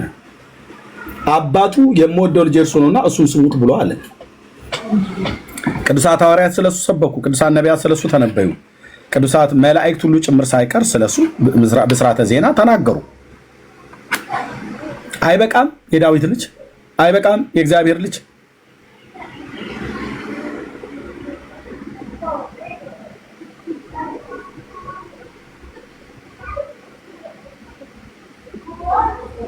ከንፈር ለከንፈር ተሳስመው ያመጡትን ጵጵስና ማን ነው? ይሄን ልጅ አሁን ይሄ ሰው በሕፃንነቱ እዚህ ላይ እንደተጻፈ ማን ያልሳመው? ከመላእክት ጀምሮ ማርያምም ስመዋለች፣ መላእክት ስመውታል በሙሉ ሱራፌል፣ ኪሩቤል፣ 40ቱ እንስሳት የተባሉት 24ቱ ካህናተ ሰማይ የተባሉት በሙሉ ስመውታል። ነቢያት፣ ሐዋርያት ስመውታል። ጌታችን ኢየሱስ ክርስቶስ ስሞታል። ከንፈሩን ገና በተወለደ ጊዜ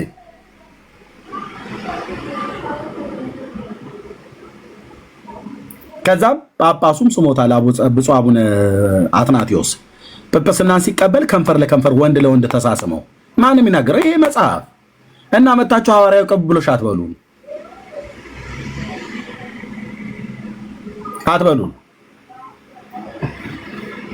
በጣም ዲያቆን እያነሳ በጣም የሚገርመው መንበረ ማርቆስ ነን ብለው የሚሉት መንበረ ተክለ ሃይማኖት ብለዋል። መንበረ ተክለ ሃይማኖት ብቻ አይደለም የተባሉት መንበረ ሰላማ ብለዋል። እንደውም የኤፍሬም ናጦስን የሳቸውም ማለት ነው የትግራዩ የኦሮሚያው ደግሞ መንበረ ጴጥሮስ ብለዋል። የየትኛው ናቸው? መንበረ ጴጥሮስ ወይስ መንበረ ሰላማ ወይስ መንበረ ተክለ ሃይማኖት? መንበረ ተክለ ሃይማኖት አሁን ያሉት የብፁዕ አቡነ ማትያስ ነው እንደምታውቋቸው ማለት ነው። ድንቅ ነው። መንበረ ተክለ ሃይማኖት ከተባለ የግብፁ መንበረ ማርቆስ አይደል እንዴ? አዎ። ስለዚህ መንበረ ማርቆስ ለመንበረ ተክለ ሃይማኖት ነው ያቀበለው። ስለዚህ ኢትዮጵያ ውስጥ ራሱ የተፈበረከው የጵጵስና ማዕረግ መንበረ ማርቆስ ሳይሆን መንበረ ተክለ ሃይማኖት ነው። ልክ ነው። መንበረ ተክለ ሃይማኖት ብቻ አይደለም፣ መንበረ ጴጥሮስም ነው። የኦሮሚያው ሲኖዶስ ማለት ነው። አይ መንበረ ሰላማም ነው የትግራዮቹ። ከዛ ደግሞ አይ ቲንክ ማናቸው የነሱ ማን ተብሎ እንደሚጠራ አዶ ነው፣ ግን ጳጳስ ሾመዋል። ማናቸው ቅባቶች ዲያቆን አዲስ የሾሙትን ታውቃለህ? ጎጃም ውስጥ ሰምቻለሁ፣ ግን ስፔሲፊካሊ አላውቅም። አዎ ማነች ወይዘሮ እጅጋየሁ ሲናገሩ ነበር። የአርቲስት ማህሙድ አህመድ ባለቤት በዚህ ጉዳይ ላይ ሲናገሩ ነበር። ቪዲዮ አለኝ፣ ራሱ መረጃ ነው ማስረጃ። ቅባቶች ማለት ነው ጳጳስ ሾመዋል። ግን ምን ብለው እንደሰየሙት አይዶ ነው። የቅባትን ሲኖዶስ የሚያቅሰው ካለ ጳጳሱ ራሱ ተሾመዋል። ወይዘሮ እጅጋየሁ ትጋ ነበረ።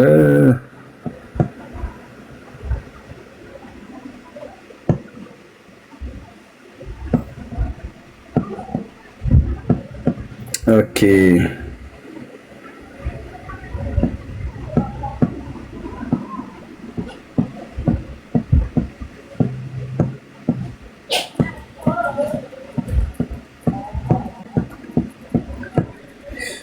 አደኖ ትጋ ነበር ያስቀመጥኩት እሳቸው ቪዲዮ ግን ራሱ መንበረ ተክለ ሃይማኖት ግን ከግብጽ የተሾሙ ናቸው።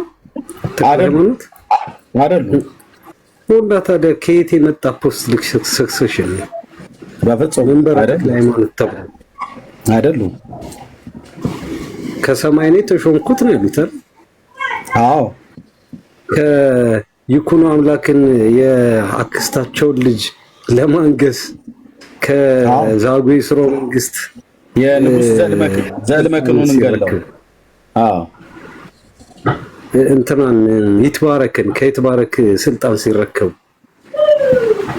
የእልመክኑን ላይም ራሱ ንጉስ ዘእልመክኑን እዛም ጋር አቡነ ተክለ ሃይማኖት ጦርነቱ ላይ ቀጥታ ተሳታፊ ነበር።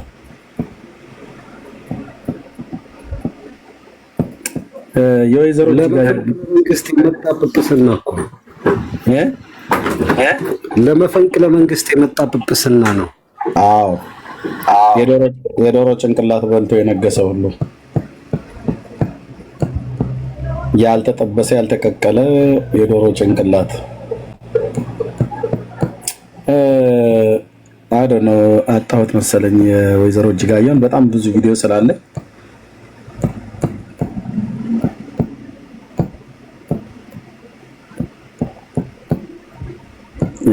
ምን ተክለ ሃይማኖት ወይዘሮ እጅጋየሁ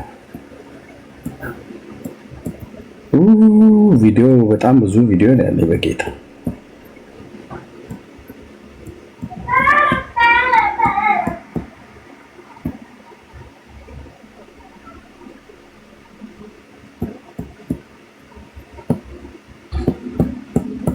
ኢትዮጵያ ውስጥ እንደዚህ ብለው ሲሉ ነው አሜን የምትለው። ቃል አልገኝም በማይምረው ፈጣንና ችኩል በሆነ በቅዱስ ገብርኤል ሰይፍ ቆርጠጣልኝ ይላለሁ። እኔ እኮ ደፋር እኮ ነኝ፣ አላፍርም እኮ። እግዚአብሔር ግን የኔንም ልብ የኔንም ስራ አሰራር ያውቀዋል። እሱም ደግሞ ጊዜ ይሰጠኛል ማለት ነው። እንደዛም ብዬ አላጠፋኝም። ባይገርማችሁ ዳግመኛ ዘፈን ላልዘፍን ወገን እያለቀ ምን አባቴ ብዬ ነው የምዘፍነው? ይቅርብኝ ብዬ በራሴ ቃል ገብቼ ከተውኩት በኋላ ከዚህ መጥቼ ከቲክታክ ወይ ለለለለ ስል ነበር እዚህ ቁጭ ብዬ። ከዛ ማታ ለተኛ ስል እንዴት ሰላም እንደማጣ ልነግራችሁ አልችልም። አሁን እንደው ቲክታክ ተቀምጬ አሁን ዘፈን የምዘፍንና ስራ ነኝ እና ከኛ ጋር ስር ይሽሉ ደስታ ነው። ልብህ አይታመም። እዛ ሽምቅቅ አለች ነፍሴ ላይ መስቀልህን ይሄ አልነበረም። የኦርቶዶክስ ወንድ ዶሮ ይወልዳል ብለው ሲሉት አሜን ያለችው ቪዲዮ ይወልዳል ብለው ሲሉ አቤቱ ጌታዬ፣ ለዚህ ቃል አሜን ይላሉ። ወንድ ዶሮ ልጅ ወለደ ተብሎ ሲባል አሜን። የወይዘሮ እጅጋየሁን ቪዲዮ አጣሁትኝ አይደል ነው።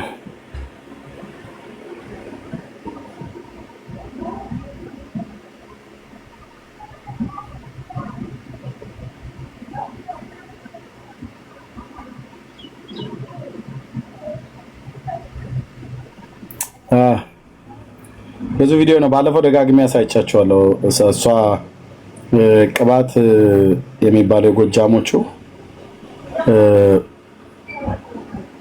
መስርተዋልና አይ ቲንክ መንበረ ማን እንደሚባል አይዶ ነው። እነሱን አልሰማሁም። የኦሮሚያው መንበረ ጴጥሮስ ነው።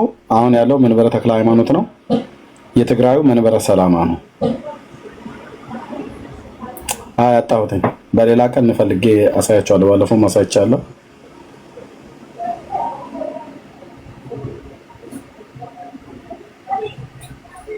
ኦኬ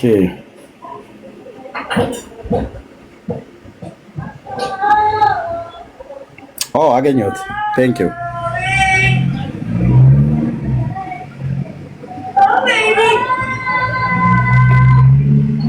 ቴንክ ዩ።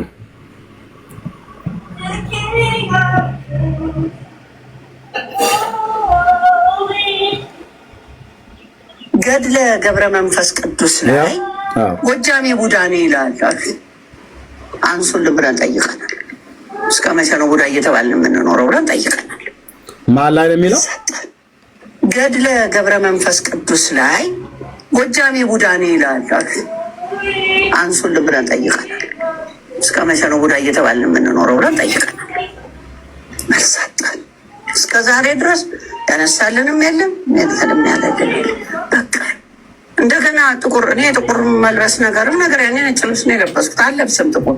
ምን ተፈጠረ ብዬ ነው ጥቁር የምለብሰው ብያለሁ። ከዚህ በፊትም ይህንን አንስተህብኝ ጥቁር ልበሱ ተባለ። እስቲል ያስቀኛል። ምን ነው የጎጃም አልተለበሰ ጥቁር? ፓትሪያርክ ሹመዋል። አሁንም ፓትሪያርክ አለ ጎጃም። ድሮ አልነበረም ፓትሪያርክ። ፓትሪያርክ ሊቀ ጳጳስ ነው ወይስ ፓትሪያርክ? ፓትሪያርክ ፓትሪያርክ ከአቡነ ማትያስ ሌላ? አዎ ጎጃም ላይ ምን አሉ? ቅባት ሃይማኖት ነው። እኛ ሰምተን አናውቅም። ቅባት የሚባል ሃይማኖት የምን ቅባት ነው? የአርቲስት ማህሙድ አህመድ ባለቤት ናቸው ወይዘሮ እጅጋየሁ። ምን አሉ? የኦሮሚያው ሲኖዶስ መንበረ ጴጥሮስ የሚባለው በባለፈው ራሳችንን ችለን ሲኖዶስን መተርሳለን ብለው ሲሉ ኦርቶዶክሳውያን ጸጉራችሁን ተላጩ፣ ጥቁር ልበሱ ከዳር እስከ ዳር ብለው ደወልደዎች ምን አሉ? አመፅ ሁሉ ተነሳ፣ ብዙ ህዝብ ሞተ። ጎጃም ሀገር ላይ ግን ቅባት የሚባል ሃይማኖት ተፈጥሮ ጳጳስ ሾመዋል እና ለዛን ጊዜ ለምን ጥቁር አልተለበሰም እያሉ ነው። ልብ በሉ። ትግራዋይ ናቸው አይደል? ወይዘሮ እጅጋየሁ አይ ቲንክ ቀድሞ የማህሙድ አህመድ ባለቤት የነበሩ ናቸው።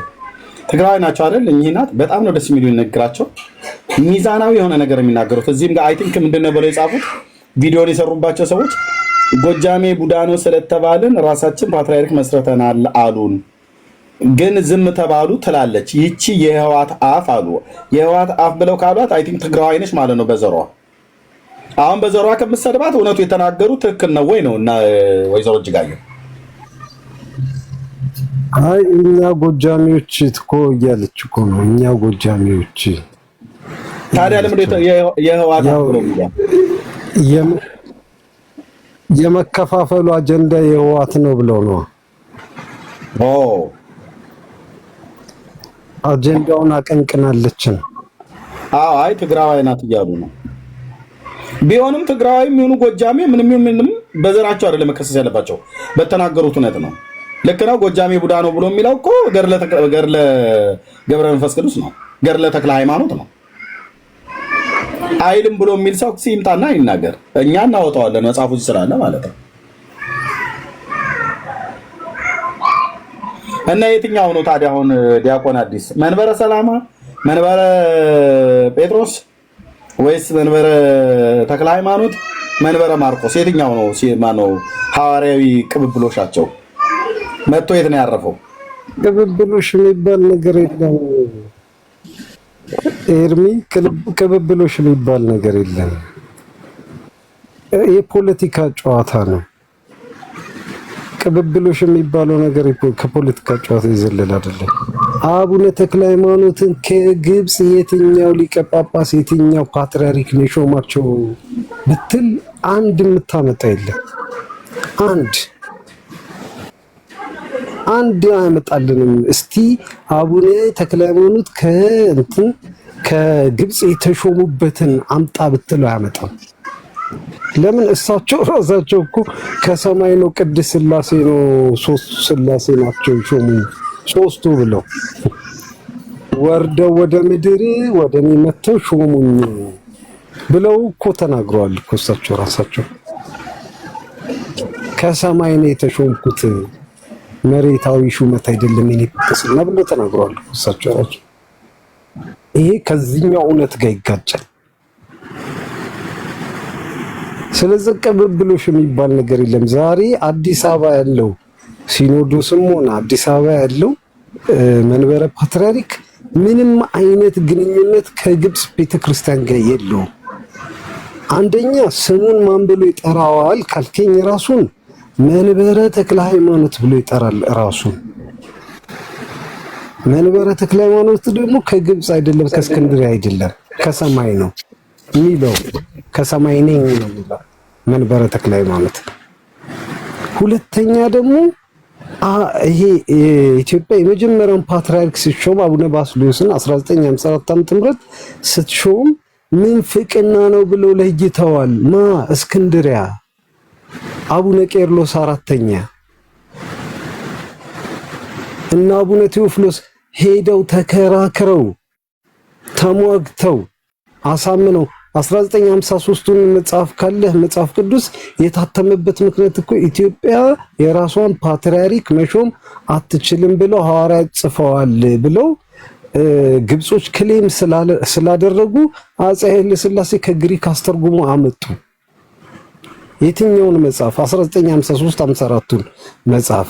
ከዛ ሲታይ የለም በቃ እንሾማለን ብለው ሄደው ተሟግተው የግብጽ ቤተክርስቲያን እሺ ይበለው ተስማሙ እና አቡነ ቄርሎስ። ከዛ አቡነ ባስልዮስ ከተሾሙ በኋላ ደግሞ ማለት ነው መሾም የለባችሁም ትክክል አይደለም ብለው መልሰው እኮ አውግዘዋል እኮ። ትክክል አይደለም፣ ይህ ምንፍቅና ነው። የኢትዮጵያ ኦርቶዶክስ ተዋሕዶ ቤተክርስቲያን ተብሎ የተመሰረተው የኢትዮጵያ ሲኖዶስ ምንድነው? ምናፍቅ ነው፣ ከኛ አይደለም ብለው አውግዘዋል። የግብጽ ሲኖዶስ አቡነ ቄርሎስ አራተኛ ማለት ነው። ምንም ይሄ እኮ ምንም የማያጠያይቅ ነገር ነው። እሺ በየት በኩል እናገናኘው ሰክሰሽኑን? እሺ እንዴት አድርገን ከእስክንድርያ ጋር እናገናኘው? አቡነ ተክለ ሃይማኖትም ከሌሉበት አቡነ ተክለ ሃይማኖት እንግዲህ ምንድነው ከሰማይ ተሾምኩ ካሉ አንተም መንበረ ተክለ ሃይማኖት ካልክ ጽሑፍ አለ ዲያቆን እንደዛ ብለው ያሉበት አቡነ ተክለ ሃይማኖት ከሰማይ ተሾምኩ ካሉበት ገድላቸው ላይ ተጽፎ የለ እንዴ? ኦኬ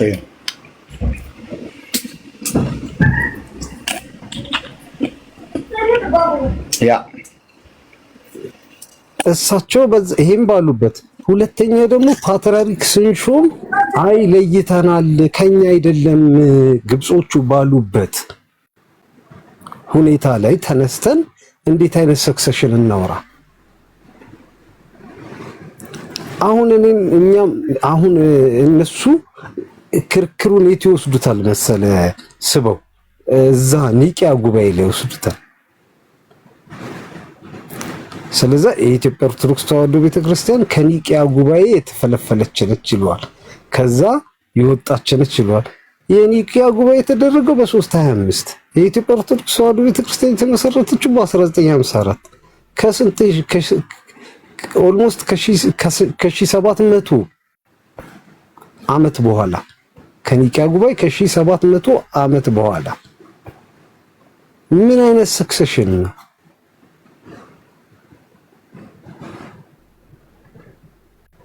ይሄንን እዚህ ጋር መጥቶ መከራከር አይፈልግም አይደለ? ስለዚህ እዛ እናትናሽስ ጋር ምናምን ነው የሚከራከር። ክርክሩን የሚያደርገው ወስዶ እዛ እንትን የእስክንድሪያ ኮፕቲክ ቸርች ማለት ነው ወይም ኢጂፕሽያን ኮፕቲክ ቸርች ላይ ነው ክርክሩ የሚያደርጉልህ። እዛ ጋር እንዲያጠነጥን እዛ ጋር እንዲቆም ነው የሚያደርጉልህ። እና ወደዚህ 1954 ላይ የተመሰረተው ሲኖዶስ ከየት መጥቶ ነው ሐዋርያዊ ቅብብሎሽ ያለው? እሺ ጳጳሳቱ ከግብጽ ስለተሾሙ የተሾሙት ከግብጽ ነው እንቀበላለን፣ ግን አወገዟቸው። ለምንድን ነው እንግዲህ በ325 ፓትርያርክ ነበር አይደለ? እንግዲህ ሊቀ ጳጳስ ነበር እንትን አሪዮስ።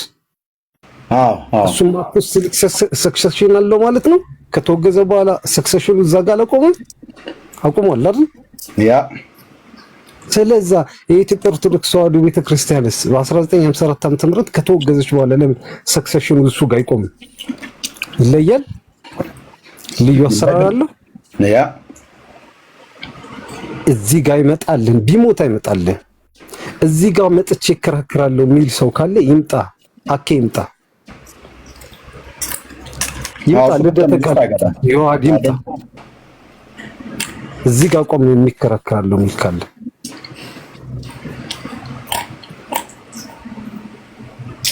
3000 ዓመት አስቆጠረ 4000። አንተ እንደውም ቅድም በጣም በጣም እኔንም ማሳዘንከኝ። በጣም ያዝንላቸዋል ብዬ ማለት ነው። ለምንድን ነው 1600 ዓመት የምንወስድላቸው ወደኋላ? ለምን 50 ዓመት ወደኋላ እናወራ? ኤርሚ ሰላም ናቸው ወይ? ሰላም ልበላችሁ። እየነዳው ስለነበረ ነው። ዲያቆን ሰላም ብያለው። ዳኒ ተኝቷል መሰለኝ። ቅድም ጀምሬ እየሰማኋቸው ነበር። ተባረኩልኝ። አው ኤርሚ ስለሚያዝን ነው እንግዲህ 1500 የሰጣቸው እሱም ስለነበረ እዛ ላይ ስለነበረ እንጂ እውነትህን ነው ዲያቆን፣ አንተ ያልከው ነው። ምን እኛ ራሳችን እያወቅን እኮ ከዚህ ልከሆነ አይ ቲንክ እኔ ስለምበልጣቸው አታስተውሷቸው መሰለኝ። አቡነ ተክለ ሃይማኖት በነበሩ ጊዜ ቢጫ የሚለብሱት ማለት ነው። እና እዛ አካባቢ ከሆነው እንዲሁም የተሰጣቸው ማለት ነው ያው ኦፊሻል የሆነ የኢትዮጵያ ኦርቶዶክስ የተባለው እና እየገላለጣችሁባቸው ነው። በነገራችን ላይ እግዚአብሔር መልካም ነው። ኤኒዌይስ እኛ ጴንጤዎች ሲወርድ የመጣው እምነታችን ከሐዋርያቶች ነው። እኛ ነን። አሁን ባለፈው ትላንትና የሆነ ቤት ገብቼ እናገር ነበር እንደዚህ አይነት ነገር። በመጀመሪያ እኔ ቤት ገብቼ ሰብክ ነበር እና ስለ ጌታ ኢየሱስ ክርስቶስ ብቻ የእግዚአብሔር ልጅ እንደሆነ በእርሱ በማመን እንደሚዳን እየተናገርኩኝ አንድ ሰው ከታች ምን ይለኛል፣ በስንዴ የገባ ሃይማኖት ብሎ የሆነ ነገር አለኝና እግዚአብሔር እዛ ጋር አንድ ነገር አሳየኝ። የሚገርማችሁ ነገር ይው እኛ የምንድነው ኢየሱስ ክርስቶስ የእግዚአብሔር ልጅ እንደሆነ በማመን ብቻ ነው በሚለው ሐሳብ ላይ እና ያዕቆብ ጋር ወሰደኝ። ያዕቆብ ደግሞ እውነት ነው። ያዕቆብ የሚለው የጽድቅ ስራ የምንሰራው ለመዳን ሳይሆን ስለዳንን ነው። የኛ እምነት ያው የሆነበት መንገድ ያመነው ጌታ ኢየሱስ ክርስቶስ ያው የሆነው የምንሰራውን ስራ ስለዳንን የምንሰራውን ስራ ኤፌሶን ላይ ያለውን 2 ቁጥር ላይ ምዕራፍ 8 ላይ ማነው ምዕራፍ 2 ቁጥር 8 እና 7 10 9 ስንመለከት በስራ አይደለም በእምነት ብቻ ነው ብሎ ግን መልካሙን ስራ እንሰራ ዘንድ በክርስቶስ ተፈጠረን የሚል ሐሳብ እዛ ውስጥ አለ። ስለዚህ ያመነውኛ መልካሙን ስራ ለመስራት ነው በሚል የስንዴው ነገር ሲመጣ ምን አረጉ? እነዛ ሰዎች ስንዴ ይዘው የመጡት የረዱን ሰዎች እኛ ልንሞት ስንል በረሃብ ልናልቅ ስንል አይተው መጡ። ምን ይዘው? ስንዴ ይዘው መጡ። ስለዚህ እነዚህ ሰዎች ፕሮቴስታንቶች ናቸው፣ ጴንጤዎች ናቸው። አብዛኞቹ በራሳቸው ወጪ ግድ ብሏቸው ሰው ይሞታል ብለው ከሩቅ ሀገር በመርከብ ስንዴ ብቻ ሳይሆን ዘይትም ብርድ ልብስም ይዘው መጡ። ሰውየው እዛ ያለ ነው እንግዲህ ይህንን እየሰበኩ ነበር። እነዚህ ሰዎች ስናያቸው ምንድናቸው? መጽሐፍ ቅዱስ ኢየሱስ ክርስቶስን አምነው የተከተሉ በማመን ብቻ የተከተሉ ሆነው ሳለ ግን መልካምን ስራ መስራት ስለነበረባቸው ያላቸውን ነገር ይዘው መጡና ሰውን አተረፉን። እግዚአብሔር ይባርካቸው። ከዛ ሊሄዱ ሲሉ ግን ይዘውትን የመጡትን መዳን በክርስቶስ ኢየሱስ ብቻ በማመን በእግዚአብሔር ልጅ በማመን የዘላለም ሕይወት እንደሚገኝ ነገሩንና ተቀበልን። በእነሱም ከሆነ ማለት እኮ ነው። ስለዚህ እነሱ ያደረጉት ለመዳን ሳይሆን ያደረጉት መልካሙን ስራ ያደርጉ ስለነበረ በእነሱ እንኳን አረዳድ ቢሆን ስራ የሚሉት ይኸው ቅድም ዲያቆን ጠቅሰዋል። ዘርዝረው የሚሰጡትን ስራ ጨምረው ኖ እኛ በእምነት ብቻ ሳይሆን ደህንነትን በማዋጣት በጣም እየተጣሉ ነው ከእግዚአብሔር ጋር። እኛ እንሰራለን፣ ኦፍ ኮርስ እንሰራለን። የምንሰራው ስለዳንን ነው። የዳነ ሰው የሚሰራው ምልክቱ ነው። እና ያዕቆብ መልእክት እንደዚህ ነው ሐሳቡ ያለው እንጂ ያዕቆብ መልእክት ህይወት ያለው እምነት የሚኖረው ስራ በመስራት ደህንነትን አዋጣ ትድናለህ የሚል ድምታ የለው።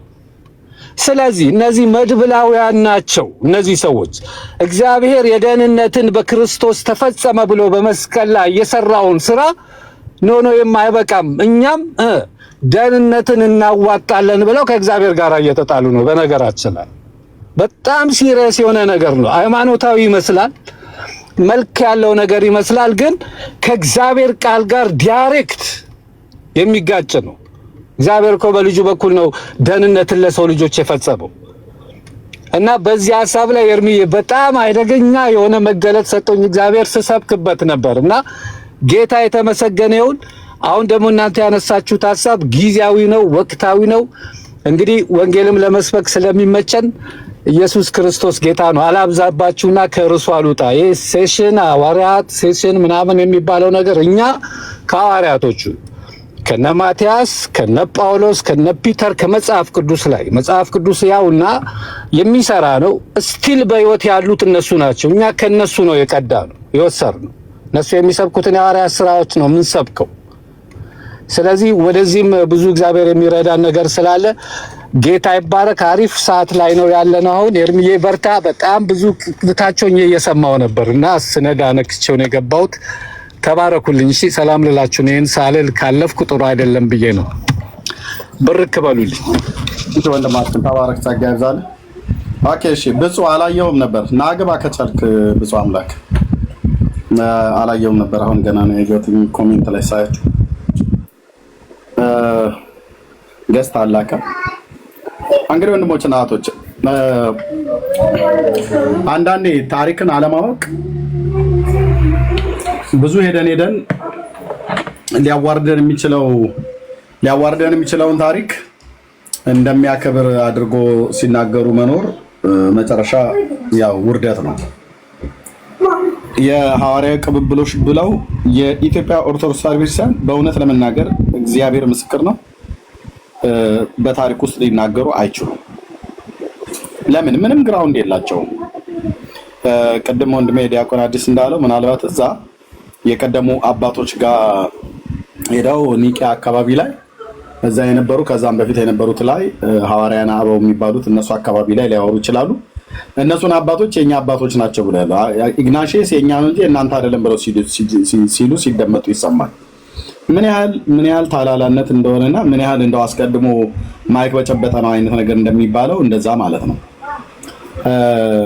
ግን ወደ አሁን ቅድም እንዳለው ዲያቆን ወደዚህ መጣው ግን በራሳቸው ታሪክ ላይ ቆመው ግን አይናገሩም። አሁን የመንበረ ማርቆስ ኢትዮጵያ ውስጥ እንደሌለ ከሚያመለክተው መንበረ ተክለ ሃይማኖት ነው ያለው። አሁን ያሉት ጳጳስ ብፁዕ አቡነ ማትያስ ፓትርያርክ ርዕሰ ሊቃነ ጳጳሳት ዘኢትዮጵያ ወእጨጌ ዘመንበረ ተክለ ሃይማኖት ሊቀ ጳጳስ ዘአክሱም ነው ብሎ የሚለው ወእጨጌ ዘመንበረ ተክለ ሃይማኖት። ዘመንበረ ማርቆስ ለምን አላሉም? የማርቆስ መንበር ኢትዮጵያ ውስጥ አልመጣምና።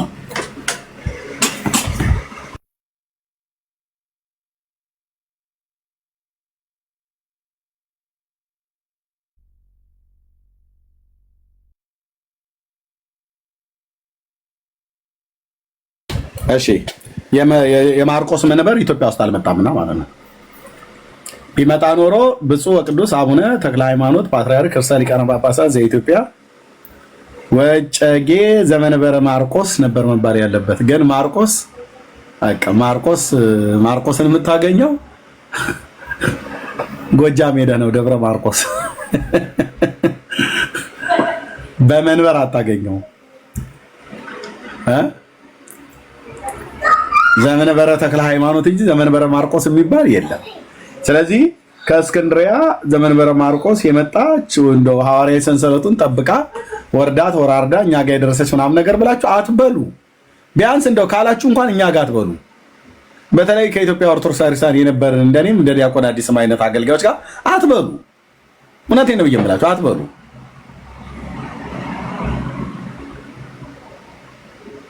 ታሪካችሁን የማያውቅን ጴንጤ ልታሞኝ ትችላለ። ከዛ ውጭ ግን የተጻፈው እርስ በርስ የሚጣላ ታሪክ እርስ በርስ የሚጣረስ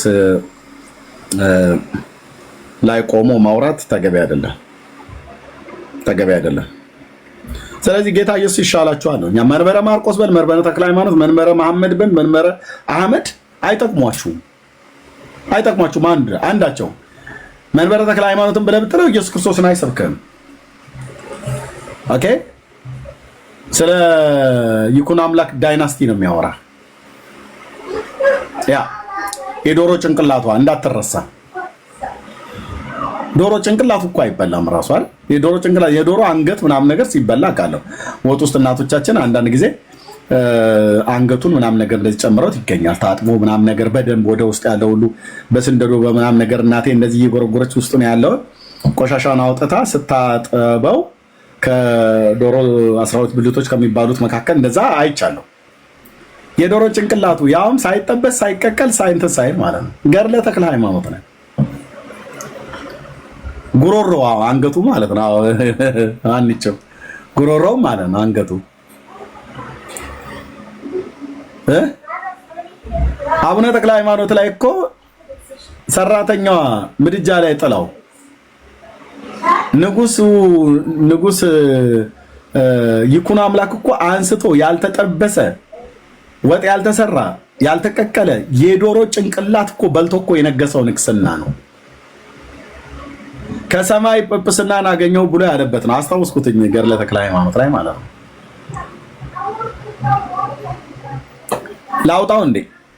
ላውጣው የዶሮ ጭንቅላት ታፋ እግር ብላም ነገር ይውጣ አረ ከሰማይ የሚለውን አውጣው በእመቤቴ በማን ልበልህ እንደው ለምዶብኝ ከዛው ነው ከዛው ግድ የለም በማን ልበልህ ኦኬ እንደው ኦኬ እባክህ ዘመንበረ ሰማይ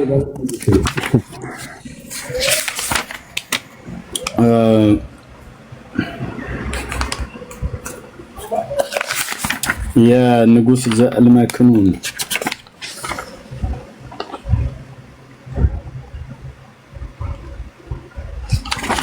ኦኬ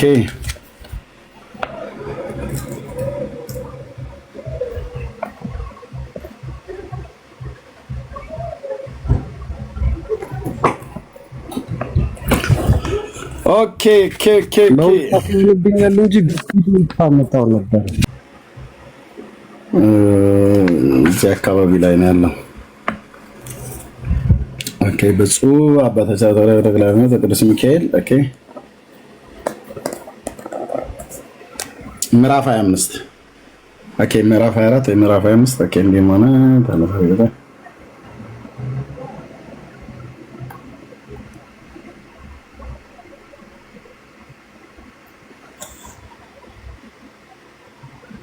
አዎ ምዕራፍ 24 ሁሉንም ላንብበው አይደል? ምዕራፍ 24 ምዕራፍ 25 ምዕራፍ 26 ይነበባል። ኦኬ ገጽ ብሪፍ እንዲሆንልን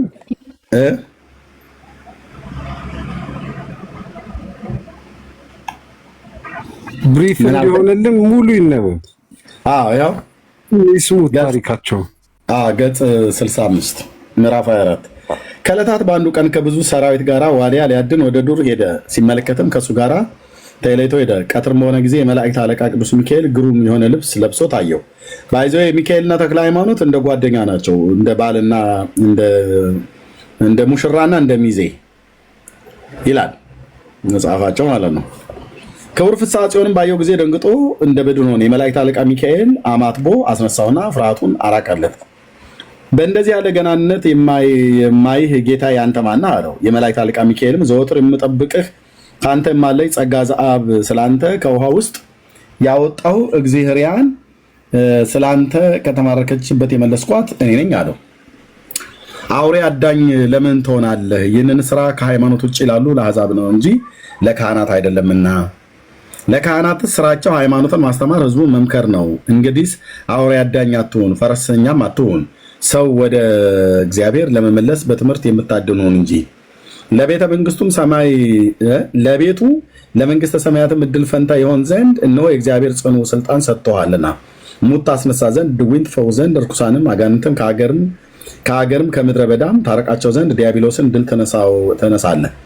ሰራዊት አጋንንትንም አንተንም ከመፍራት የተነሳ ይሸሻሉ። ፍስሐ ጽዮንም ስምህም ፍስሐ ጽዮን አይሁን ተክለ ሃይማኖት ይሁን እንጂ። ሚካኤል ነው ባይዘው ተክለ ሃይማኖት ብሎ ያወጣው።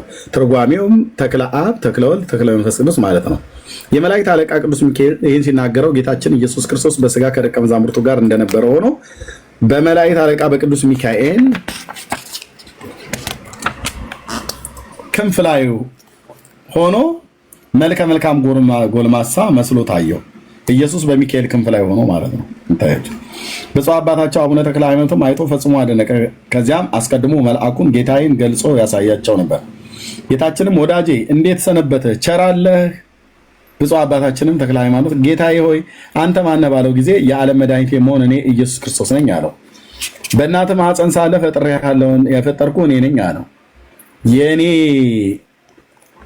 እድል ፈንታ ያደረግኩ እኔ ነኝ።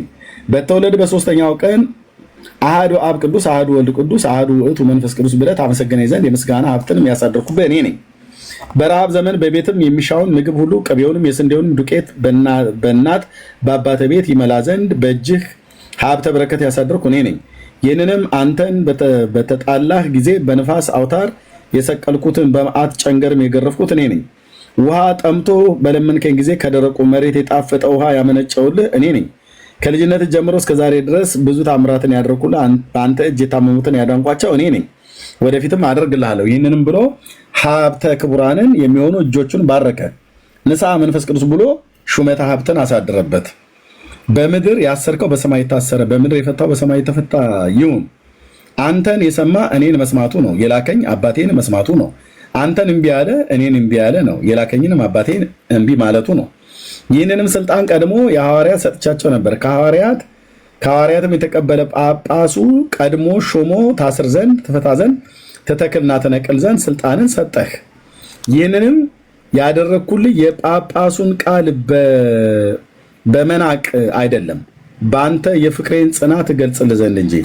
ሐዋርያት ወደ አልደረሱባት ሕዝብ በመምህርነት ልክ ዘንድ በመላእክት አለቃ በቅዱስ ሚካኤል ቃል አዲስ ስም አወጣሁልህ። አንተም በማናቸውም ስራ ከእነርሱ አታንስም፣ ሐዲስ ሐዋርያ አድርጌሃለሁና ሰው ሁሉ በእኔ ስም እያስማርክ ታሳምን ዘንድ። የመላእክት አለቃ ቅዱስ ሚካኤል ባሰበው ስራ ሁሉ ረዳት ይሁንልህ። ሁልጊዜ ከአንተ ጋር አይለይ፣ በምትሄድበትም ጎዳና ሁሉ መሪ ይሁንህ። አንተም ባለ ዘመን ሁሉ አይለይ። ያው እዚህ ጋር ነው እኮ አሁን ሹመቱን የሾመው።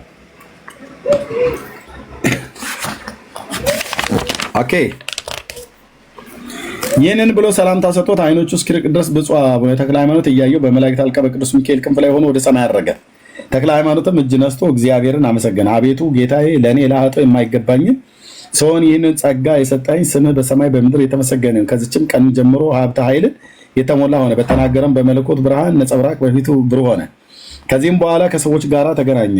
ጊዜው መሽቷልና ወደ ቤታቸው እንግባ አላቸው። እነዚህም ሰዎች ባዩት ጊዜ ከፊቱ ብርሃን የተነሳ ደነገጡ። ፊት ለፊትም ለማየት አልተቻላቸውም። እሱ ግን ፈጣሪው የሰጠውን ሀብት ስላገኘ በልቦናው ደስ አለው። ዳግመኛም ጓደኞቹን ወደ ቤታችን እንግባ አላቸው። እነሱም እየፈሩ እየተንቀጠቀጡ ከዱር አውጥተው ያገኘውን ሳይሆን እንደምን እንገባለን አሉት። እነሱም እንግዲህስ ወዲህ የዱር አውሬ ማደን ክፍላችን አይደለም፣ ወደ ቤታችን እንግባ፣ በቤት ያሉትን እንስሳትን ለማደን ተዘጋጅተናል እንጂ አላቸው። እኒህም ጠባቂ አውጥተው የጠፉትን አባግ ናቸው፣ የሚነጥቁ አራዊት እንዳይበሏቸው። እነዚህም ሰዎች ነገሩን ሰምተው በሀገር ያሉ የተሰማሩትንም አባግ እንወስዳለን እያሉ መሰላቸው እንጂ እንደዚህ ያለውን ሰዎች እንደሆነ አላውቁም ነበር። ጌታችንም እንደታየው እንደተናገረው አልተነገራቸውም። ያን ጊዜ ተመልሰው ወደ ቤታቸው ገቡ። እርሱ ግን ወደ ቤቱ ገባ። ይህም ሰው የፊቱ ብርሃን እያያችሁ እየተባባሉ ይደነቁ ነበር። በ3 ሰዓትም ከኛ ከተለየ ጀምሮ እስከ 9 ሰዓት ድረስ አላየውም። ወደ እኛም በመጣ ጊዜ ከፊቱ ብርሃን የተነሳ ማየት ተሳነን። በሱም ላይ የሆነውን ነገር አናውቅም። እንግዲህ የዱር አውሬ ማደን ክፍላችን አይደለም፣ እናንተ የተናገረውን ነገር ያለ ወትሮ ነው እያሉ ያደንቁ ነበር። ክብሩልን አባታችን ተክለ ሃይማኖት ግን ያደረበትን መንፈስ በሌሊቱ ፈጽሞ ደስ ብሎት አደረ። እንግዲህ አባታችን ልመና ይገባዋል አሉ። በመጀመሪያ በጳጳስ ቃል፣ ሁለተኛ በአምላክ ቃል በእኛ ላይ ተሾሟልና አይደል? ዲያቆን አዲስ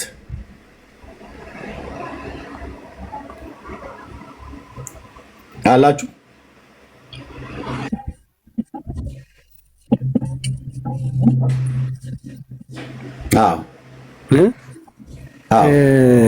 ቅድስናውን ያገኙት ደግሞ ከጌታችን ከኢየሱስ ክርስቶስ ቀጥታ።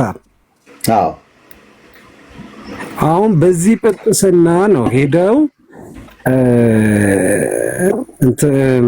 ይኩኖ አምላክን 40 ዓመት ከመራ በኋላ ሀገሪቱን 40 ዓመት ከሞላ በኋላ ጊዜ አልቋል፣ እግዚአብሔር አስረክብ ብለዋል። እኔ ጳጳስ ነኝ ከሰማይ ተሾሜያለሁ እና ለይኩኖ አምላክ አስረክብ ስልጣንህን ብለው ያሳመኑት ማንን? ይትባረክን የዛጉዌ ሥርወ መንግስት ከዛጉዌ ሥርወ መንግስት ስልጣን ወደ ሸዋ ሥርወ መንግስት ሲመጣ ከዛ ይኩኖ አምላክ ተሾመ ማለት ነው። ኦኬ እዚህ ጋር እሱን ልቀጥለው። ይሄ ልቀጥለው አይደል ዲያቆን? በዛን ዘመን ደግሞ የሚሾመው ጳጳስ ነበርና ንግስና የሚሾመው ጳጳስ ነበርና በዛን ዘመን ጳጳስ ሆነው ንግስናውን ይኩኖ አምላክን የሾሙት አቡነ ተክለ ሃይማኖት ናቸው። አቡነ ተክለ ሃይማኖት ልቀጥለው ይሰማ ከሆነ ልቀጥለው ምዕራፍ 25 የተያዘ ስለሆነ 26 ሁሉ እንሄድበት። እንዲህም ሆኖ ሳለ ከዛ ትቀጥላለህ። ወደ ጳጳሱ ወደ አባ ጌርሎስ ሄደ። የሸዋ ሰዎች የቤተክርስቲያን ስርዓት እያፈረሱ የሐዋርያትን ትምህርት እንደለወጡ ሕፃናትን ሳይገርዙም እንደሚያጠምቁ ነገረው።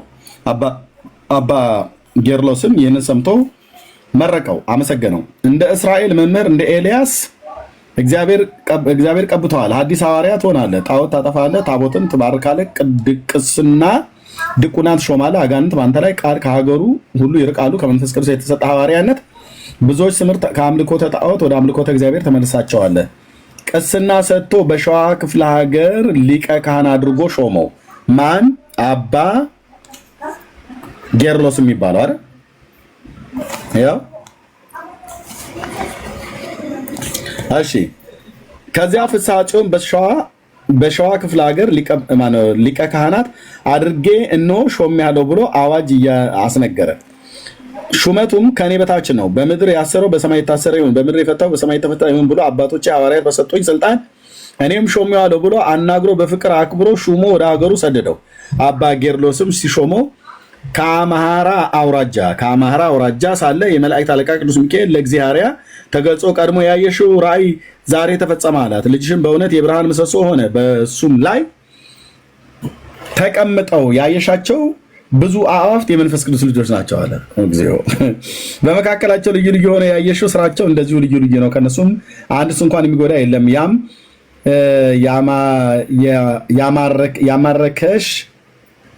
የማረከሽ ሐዲስ ከሐዲስ ከሱ እጅ እጅግ ደግ ቤተክርስቲያን ይሆናል። አእምሮም ከማጣት በሱ ልመና ይድናል። አንቺም ነጣቂ ባመጣዎች ጊዜ በመብረቅ ድንጋጤ የሞቱትን ሰዎች በልመና ይነሳሉ። የቅዱሳን አባት ይሆናል። የቅዱስ ፈጣሪውም በእርሱ ይመሰገናል። እኔም ስለወደድኩሽ ዝክሬንም ስለተዘከርሽ ይህንን ሁሉ ገለጥኩልሽ አላት። መልአኩንም ይህን ከነገራት በኋላ ከእሷ ተሰወረ። እግዚአብሔርም ለባለቤቷ መልአኩ እንዲተገለጸልኝና እንዳናገራት ነገረችው። ጸጋ ዘአብም ይህንን ልጅ ስለሰጠን ፈጣሪያችን ምስጋና እናቀርባልና አላት። ፍስሐ ጽዮንም ተክለ ሃይማኖት ማለት ነው ከጳጳሱ ዘንድ ቅስና ተቀብሎ ሊቀ ካህንነትን ተሾሞ በብዙ ክብር ባለሟልነት ወደ እርሱ ተመለሰ ይላል። ኦኬ። እናት አባቱን ባዩት ጊዜ እጅግ ደስ አላቸው። እንደ ልማዳቸው ለድሃው ሀገር ሁሉ ፕሮግራም አደረጉ ይላል። ኦኬ። እግዚአብሔርም ልጄ ፍስሐ ጽዮን ቅስና የተሾምከው መቼ ነው አለችው። የተሾምኩት ቀን ነገራት። እኔ ይህንን አላወኩም፣ የመላእክት አለቃ ሚካኤል እንደዚሁ ነግሮኛል በማለት የነገራትን እርሱ ነገረችው። ኦኬ። ከዛ እዚህ ጋር ማስታወሳለሁ። ቆይ አንዴ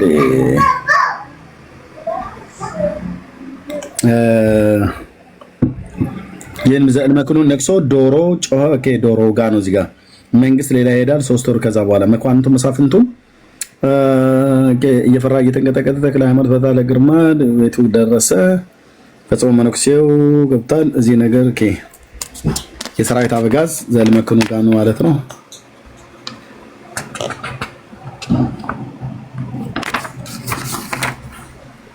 ዘእልመክኑ የሚባል አንድ ንጉስ ነበር። እሱም የጻድቁ ንጉስ የላሊበላ ልጅ ይትባረክ ነው። ኦኬ። ከዛ አጎዬ መንግስት ነበረ። ንጉስ ዘእልመክኑ በቤተሰቦቹ ወድቆ ሄደ። እሺ።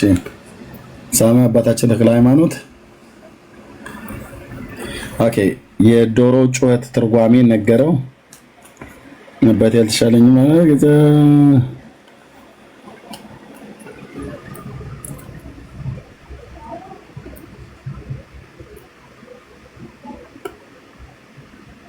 ኦኬ።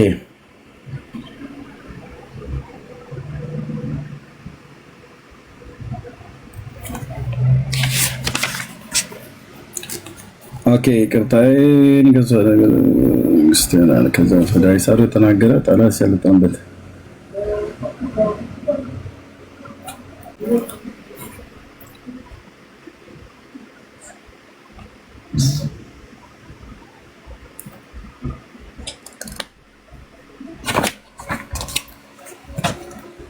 ኦኬ። አባዬ ፈለክ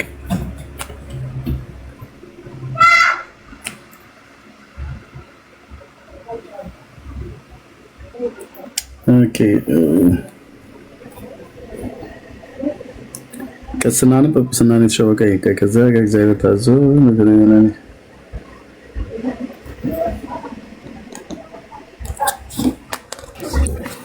ጵጵስና ከሰማይ ተሹመዋል ተብሎ ተጽፏል። ቆይ እዚህ ጋር ለምን ይትባረክ የለበሱት እሳቸው ናቸው። ቆይ ዘልመክኑን በቅብአ ይህም ቅብአ መንግስት ከሱ በኋላ የሚነሱ ነገስታት የሚቀቡት አይደለም፣ ዘርዓ ያዕቆብ ብቻ ነው እንጂ በዘርዓ ያዕቆብ ባለ ንጉስ ኦኬ ቀብተው የሚነሱ ነገስታት ናቸው። ይኩኑ አምላክ ከመንግስቱ ሲሶ ይስጠው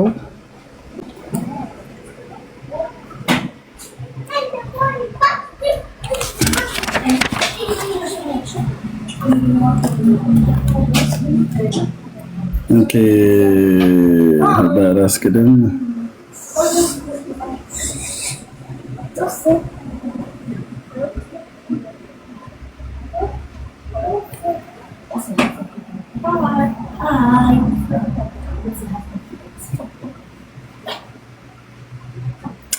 ኦኬ የቱ ጋር ነበር? ኦኬ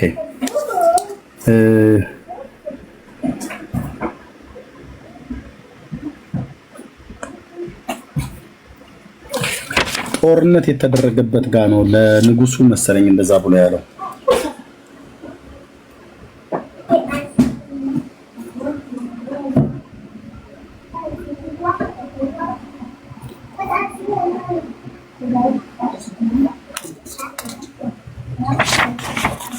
ወጥቼ ልመለስ እንዴ? አዎ እንትን ላይ ይመስለኛል ለንጉሱ መሰለኝ ለንጉሱ ሲነግረው ነው። ግን እዚህ ጋር ይኸው እንዲህ አባታችን ልንለው ይገባል። መጀመሪያም በጳጳስ ቃል፣ ሁለተኛም በአምላክ ቃል በእኛ ላይ ተሾሟልና ነው ብለው ያሉት አሉ።